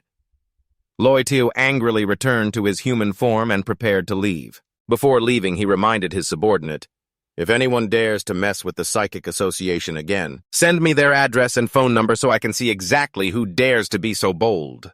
Over at Diep Thien Vu's place, Dao Dao used a red thread to inspect Lu Dat's body. A preliminary look showed Liu Sa and Ung Vuong's strength was insufficient to kill Lu Dat. Dao Dao knew this, but then who did this? Suddenly, Dao Dao discovered something astonishing. Diep Thien Vu noticed her reaction and asked, "What have you found?" Dao Dao pointed at the young master Lu Dat. "Look here. Purple smoke keeps rising." Diep Thien Vu examined it. It was almost identical to the aura of the monster from 500 years ago. Indeed, their remnants still exist on Earth. That's certain. Previously, he had encountered one, but they were just minor monsters, nothing to worry about. Zhao Zhao asked, "Do you have a plan? Alien threats alone might not be enough." Thinking this, she couldn't help but feel bitter. Back then, only the United Cultivators defeated it. Now, if it returns... Diep Thien Vu raised his hand to soothe Zhao Zhao's head. "Don't worry. We won once, we will win again. I, the young master, haven't lived in vain these past 500 years. Reassured by his words, she felt somewhat comforted. This time, she would definitely follow the young master. After all, she was a member of Kim Chu Tree. How do you plan to handle this? Zhao Zhao used magic to create a turtle-shaped puppet, then placed Lu Dat's body inside, closing it like a coffin. The monster killed Lu Dat. Zhao Zhao would definitely find it. After finishing, they left. Dao Dao asked him if they infiltrated again. What was his plan? He hesitated, unsure how to answer. "Let's find the Vulak group first." Just as Dao Dao expected, he had no concrete plan yet, but rest assured. With him here, there was nothing to worry about. 10 minutes after Diep Thien Vu's group left, Loi Tiu sped on a motorcycle to this area. There were traces of ice element magic here. He took off his helmet and looked at the ice energy fluctuating ahead. This energy must be at least a level 5 psychic ability. The bushes behind him made a noise. He turned around alert. A red petal flew down and landed on the ground. Could this possibly be Liu Sa? The petal reacted. As if answering his question, she is very weak. He worriedly told her to hold on. He would bring her back. Then he got in the car and sped away like flying. Kimsa Lake Park, 40,000. He didn't expect 2 antidote pills to be worth that much. After all, the non-Dan pills used to only auction for 5,000 each. Lahan handed the card to Diep Thien Vu. "The money is all in here. The buyer wants to cooperate with us long-term, so the price isn't too low. I don't understand business, so just worry about the long-term cooperation. I won't keep this 40,000 card. Take out 10,000 to help me gather top-quality spiritual medicines. Use the rest to buy a quiet apartment. The bigger the better. Take out 3,000 for Lahan as her payment for working for me." Lahan nodded happily because of that. She really got a good boss. After finishing, Lahan left. Kei Ni and Ngo Tran stayed behind. Currently, besides them, there are Dao Dao, Tuyet Truk, and Odat. They found a place to sit down and discuss. He recounted the story from 500 years ago. Tuyet Truk listened and turned pale. "So, the reason there are so few cultivators now is because the great battle 500 years ago caused huge losses. Only those who witnessed it like Dao Dao truly know. At that time, cultivators around the world united, but in the end, less than 1/10 survived. Haney didn't expect such a terrifying monster existed. Even Diet Thien Vu couldn't defeat it. He admitted they were completely not on the same level. So if a monster of that level appears again now, the world we live in will be completely destroyed. Destroyed. That scared Kei and Ngo Tran to death. These 2 kids are still young. Tell everyone this because from now on, relying only on Dao Dao and Diet Thien Vu won't be enough. More cultivators are needed. Tweet Truck understands the big picture. If anything needs to be done, just say it. As long as it's doable, she won't refuse. First, Tweet Truck should summon all Kim Chu Tree members, then gather all the refined stones they have collected over the years. Tweet Truck is well aware that if any member objects, she will find a way to resolve it smoothly. Task 2 will be handled by Kani. She needs to try to attract as many cultivators as possible. Kani asked, "What about those with special abilities?" "I think cooperating with them would be more effective. This is a major issue involving the whole world. And currently the number of people with special abilities is also very large. They are a potential force. This is also what worries Diep Tien Vu. Before cooperating, we need to confirm one important thing." Kani quickly asked what that was. "We need to clearly know whether those with special abilities are friend or foe. This is the key issue."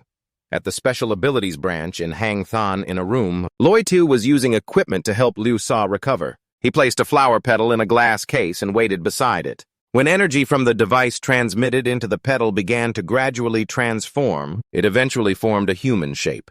Throughout the process, Loi Tu stood there observing. When the glass case opened, Liu Sa sat up.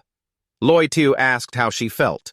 But the first thing she wanted to say was, "Captain, I have very important news to report. The monitor shows heart-stable recovery rate 100%. Liu Sa has fully recovered." Loi Tu said, "If anything comes up, wear your clothes and come to my office." Then he left. When Liu Sa arrived at the office, Loi Tu wanted to know what important news could cause two of his people, one dead and one barely alive. Liu Sa reported that Ung Vuong was killed by members of Kim Chu Tree. Moreover, they found out that all members of the Kim Chu Tri organization are cultivators. Their special abilities' identities are all fake. This is truly shocking news. Loi Tu's reaction showed he was quite shocked by this information. Furthermore, the boss of Kim Chu Tree is the Scarlet Devil Cardinal whom we have long investigated. Loi Tu thought for a moment. Scarlet Devil Cardinal Kim Chu Tri cultivator. He understood clearly and told Liu Sa to go rest first. Seeing she hadn't left yet, Loi Tu asked if there was anything else. Liu Sa still harbored sorrow over Ung Vuong's death. Loi Tu is the captain. She just wanted to be sure he would avenge Ung Vuong. Loi Tu patted Liu Sa's shoulder. "Don't worry, I know what to do." Then Liu Sa left the room. At a bar, Li Wan Wan, another captain of the Special Abilities Association, was sitting drinking coffee. Loi Tu took a chair and sat across from her. Li Wan Wan didn't look away from her book. She said to Loi Tu, "It's late, why did you ask me out? If it's nothing important, you should know the consequences." Then she slammed the book in her hands as a warning. Loi Tu knew Captain Lai's rules. Today's news would surely please her. "Then I'll listen. What is it?" she said. Loi Tu replied, "One of my subordinates was killed by Kim Chu Tree. At the same time, I bring important news. All members of Kim Chu Tree are monks." For Li Wan Wan, this was truly good news. She paused for a few seconds. "So that means Tuyet Truk is also a monk." The one who struck was Tuyet Truk and their leader. This was an opportunity for Captain Lai to officially eliminate her. It seemed Li Wan and Tuyet Truk had a deep grudge. Loi Tu hesitated. Although it was said that monks could be dealt with harshly, Kim Chu Tree's people were not to be underestimated. To act, they needed a careful plan. So Loi Tu must have been prepared. Li Wan wanted to hear Captain Loi's plan. Of course, he already had a plan. After discussion with Diet Thien Vu's side, he said everyone knew what needed to be done. Then disband. Dao Dao stopped him. He asked what was wrong. "If everyone decides to follow you, then later they will become a new sect. Then you need a territory, right?" He thought that made sense, but it was easy. Kani said finding a territory wasn't simple. Cities are different now. Housing prices are very expensive. A house like Lahan's has already cost 5 million yuan. "But who are you?" "Don't worry, I've already prepared." He reached out his hand. A beam of light appeared. In his hand was a miniature model of Thien Sun. Du Zhao suddenly remembered that her young master had this thing. With this, there was no need to worry anymore. He set up the formation in a corner of the park, where there was a large rock, then told everyone to follow him. They jumped into the formation and disappeared. Everyone's eyes went wide. Where did they go? Except for Dao Dao, who had always trusted and followed him for a long time. She knew what it was. She said, "Don't be afraid, everyone, let's go." Dao Dao followed the young master inside. Everyone else entered as well. After the light disappeared, they opened their eyes. Everyone was surprised. "It's so beautiful here, like a fairyland." Even Odat, who rarely spoke, had to say. It was truly breathtaking. Luke Deitch felt following him was the right decision. They would stay here in the Celestial Mansion from now on. There were many rooms and caves. They could also live inside the stone walls. Everyone was free to choose comfortably. Then everyone went to pick their own places to stay. Only Dao Dao and Diep Tien Vu stayed behind to admire the place. Dao Dao was emotional because she hadn't returned for a long time. Diep Tien Vu was troubled. If they didn't deal with those people, it would be very hard for Earth's residents to live peacefully. Dao Dao believed they would definitely win. If that battle with the human army broke out again, we wouldn't be able to do anything now. This was what worried him greatly. Zhao Zhao thought the urgent task now was to clearly determine whether the Special Abilities Association was an enemy or an ally. Their strength was very strong. If they were also opponents, we would face many troubles.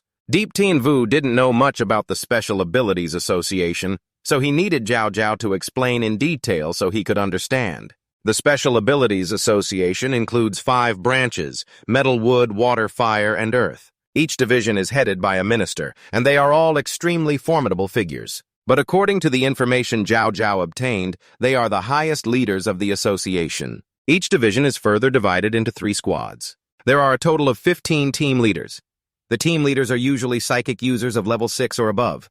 Judging by psychic ranks, Diep Tien Vu wants to know Dao Dao's current strength. She is equivalent to a level 6 psychic user. However, considering the strength of the puppet, Dao Dao can face at least 3 level 6 psychic users simultaneously. Thus, psychic power is indeed a significant combat resource. Diep Tien Vu decides to personally scout the situation. Somewhere on Earth, 2 aliens are waiting for something. Lightning strikes the forest and they realize the time has come. An object resembling a spaceship crashes through the treetops, causing a massive explosion that leaves a huge crater. Their plan officially begins. In the middle of the crater, an alien object is placed. Inside is an egg. After the 2 aliens approach and open it, they take the egg out. With this, even without the Tintung Lord appearing, we can still conquer this planet. Take a good look at this egg. It's one of the highest level spirit beasts on our planet. Although using it might be a bit wasteful, this planet caused us to lose a Tintung we cannot underestimate. We just need to complete the mission without worrying too much. One says to hatch it, we need to upgrade the body. Plus, Tran Kaiki's body is really too weak. The other reassures that they have a plan already prepared in the northwest of Jia Duquan City. A pair of legs walking on sand. Kim Tui points to Dung Quang's right middle finger and exclaims, "Finally, you've broken free." It's unclear what Dung Quang just escaped from, but he looks so happy he could cry. Dung Quang's posture looks like a monk. When he opens his eyes, those around him are terrified, but it seems they're not afraid of him. When Dung Quang turns his head, a huge, terrifying spirit beast appears. It looks like a giant desert lizard. Its appearance causes everyone around to scatter in panic. Seeing it, Dung Quang shows a joyful expression. He jumps straight onto its head and says, "Let's go." I wonder if the boss has found them yet. The spirit beast immediately becomes docile, no longer looking scary like before. Meanwhile, at the Kim Tui Tree base, Li Wenwen leads subordinates to make arrests. "Tell me, where are the other members of Kim Tui Tree?" Luke Bun has been captured but refuses to reveal anything. He even sneers. Psychic users only like to use underhanded moves like this. Hearing this, Li Wenwen understands he's admitting he's not a psychic user. Send 2 squads to arrest Luke Bun. They must already know. Why keep hiding? Li Wenwen lifts his chin with her hand. "You're smart. Then quickly reveal the whereabouts of the other members, or do I need to threaten you?" Luke Bun looks down on them. "You have to deploy 2 team leaders just to deal with me. If you hope to find all members, do you have to deploy all 15 team leaders?" Li Wenwen is insulted, and Luke Bun's words sting sharply. She must be very angry. She orders her subordinates to take him back to the association and post a notice on the bulletin board. She doesn't believe that cultivators like them can sit idle. Luke Bun warns her not to get too cocky. After he is taken away, does Li Wenwen still have no news from Tweet Truk? But the association has already issued a notice. After 2 days only, Luke Bun was found. The other members of Kim Tui Tree seem to have vanished without a trace. Li Wenwen is determined not to give up. She must catch them all in the fairy mansion.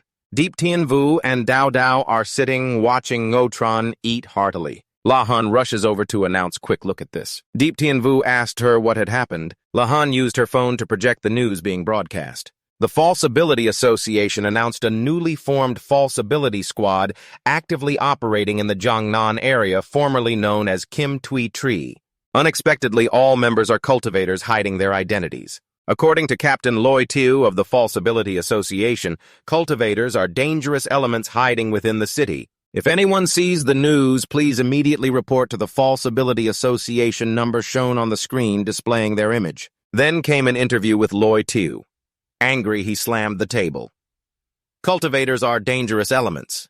Don't they know that 500 years ago it was cultivators who saved the world? The screen switched again to the news that Luke Ban had been captured. She froze for a moment, unable to stay calm. She intended to rescue him, but was stopped by a hand. She told Diep Tien Vu that person is from Kim Tui Tree. I have to go save Luke Ban. He advised her not to rush at this moment. Our identities have already been discovered by the False Ability Association. Given the current situation, false ability users and us are on opposing sides. But whether this opposition comes from a misunderstanding or something else still needs to be clarified so I can go rescue him. And by the way, investigate why the False Ability Association is hunting cultivators. What about the Jiao Jiao group, Diep Tien Vu suggested, if we can't sit still? Based on the current situation, the False Ability Association and cultivators are in opposition. Everyone should try contacting Tien Min. Maybe we'll find answers there first. I'll immediately assign tasks to Jiao. Have Tuitruk contact Jung Kwang and La Tran to gather all Kim Tui Tree members and prepare a trip to Tinming. Tuitruk has already contacted Jung Kwang.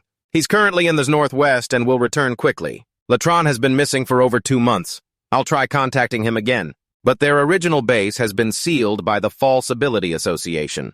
Diep Tien Vu decided to go rescue first. Dao Dao anxiously reminded him to be careful. She couldn't hide her worry about his safety. Diep Tien Vu reassured her, then quietly disappeared from the immortal mansion. At the False Ability Association branch in Hangthun, 2 children looked up at the building with eager eyes. The boy turned to the girl beside him and said determinedly, "This is the False Ability Association. When I grow up, I will definitely become an outstanding false ability user." The girl, not to be outdone, excitedly replied, "Me too. I want to become a false ability user." False ability users are true heroes. After the 2 children left, Diep Tien Vu stood silently in a corner. His eyes were full of thought. He looked back at the False Ability Association building, then vanished into the cold air. Meanwhile, Loi Tiu suspiciously asked Li Wanwan Haz that Luke Bun been safely transferred. Li Wang nodded confidently. It's done. A dangerous person like him must be sent to the highest security prison. Loi Tiu still worriedly reminded Kim Tui Tree is not to be underestimated. Better to be cautious. Li Wanwan smiled and replied, "No need to worry." He wouldn't dare do anything. Diep Tien Vu appeared inside the False Ability Association building. While walking, he suddenly encountered an employee. The employee was about to speak, but before he could act, Diep Tien Vu swiftly knocked him out with a light strike to the neck. He carefully lowered the employee to avoid making noise. Although sneaking into a dangerous place, his demeanor remained relaxed as if taking a stroll. The important thing now is to find where they are holding the captive. Diep Tien Vu focused his spirit to search. Suddenly, alarm bells rang everywhere. Loi Tiu detected an intruder and immediately notified Li Wanwan. She quickly used the mic to announce downstairs, "There's an intruder. Take people to Area A." Immediately, Diep Tien Vu also sensed something blocking his spirit. Around him, cameras and alarm bells were operating at full capacity. Realizing the situation, he took out a mask and put it on. Just then, 3 staff members appeared and blocked his path. "You dare to storm into the Superpower Association alone? Truly reckless!" the leader shouted and quickly drew his weapon, aiming at Diep Tien Vu. However, his speed was even faster than the bullet. In the blink of an eye, he slipped behind that man. His eyes flashed spiritual energy, transforming into a sharp sword. With just one slash, all 3 men fell. Diep Tien Vu sheathed his sword and strolled away as if nothing had happened. Is Kim Tui's only strong person really that powerful? Could it be? Latran Loi Tiu agreed. According to the files, only Latran's information is unclear. The 2 immediately concluded that the intruder was Latran. Lia Wan continued to give orders. Call out Defender number 2. Warning intruder alert echoed throughout the hallway. Diep Tien Vu was about to leave when the wall in front suddenly dropped, blocking his way. He tried to cut through with his sword, but the floor beneath him opened, dropping him into another room which looked like a prison cell with large bars in front of him. A pair of eyes lit up in the darkness. Loi Tiu and Li Wanwan watched every move on the screen. "This is Defender number 2's first fight, truly exciting," Lai Wanwan said with excitement. Loi Tiu couldn't hide his curiosity either. "If the higher-ups assigned this one to us, we have to test its strength. I heard it's even stronger than Defender number 1. However, Loi Tiu was still worried.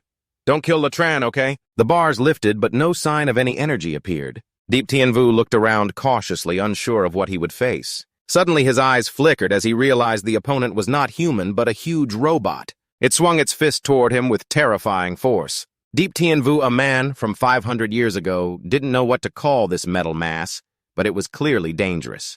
While he was distracted, thinking the robot attacked with a laser beam from its eyes, Deep Tien Vu was slammed into the opposite wall, leaving a large mark. Li Wanwan confidently said on the screen, "Looks like we don't need to intervene anymore." Loi Tiu, eager to meet Kim Tui Chi's second character, dragged Li Wanwan there to watch the outcome. However, what they saw was not the expected scene. Defender number 2 was heavily damaged, parts scattered everywhere. Loi Tiu shouted in panic, "No way, this can't be happening!" Li Wanwan approached to check her face darkening as she realized the parts made of high-grade steel were easily cut in half. Loi Tiu asked suspiciously, "Did that guy have a knife?" According to Li Oan, she put a finger to her lips, signaling silence. Li Oan. Wan gently lifted one leg up with her hand, pulled the belt from her waist, then flipped elegantly onto Chung's shoulder. She landed right on top of defender number 2. While the surroundings were completely silent, Li Oan glanced around, but saw no one, not even below where Loi Tiu was. She called out loudly, "Where is everyone? Where did they all go?" Loi Tiu quickly grabbed the walkie-talkie, his tone decisive. "Seal off the building immediately, all units move on alarm." Click, the door slammed shut.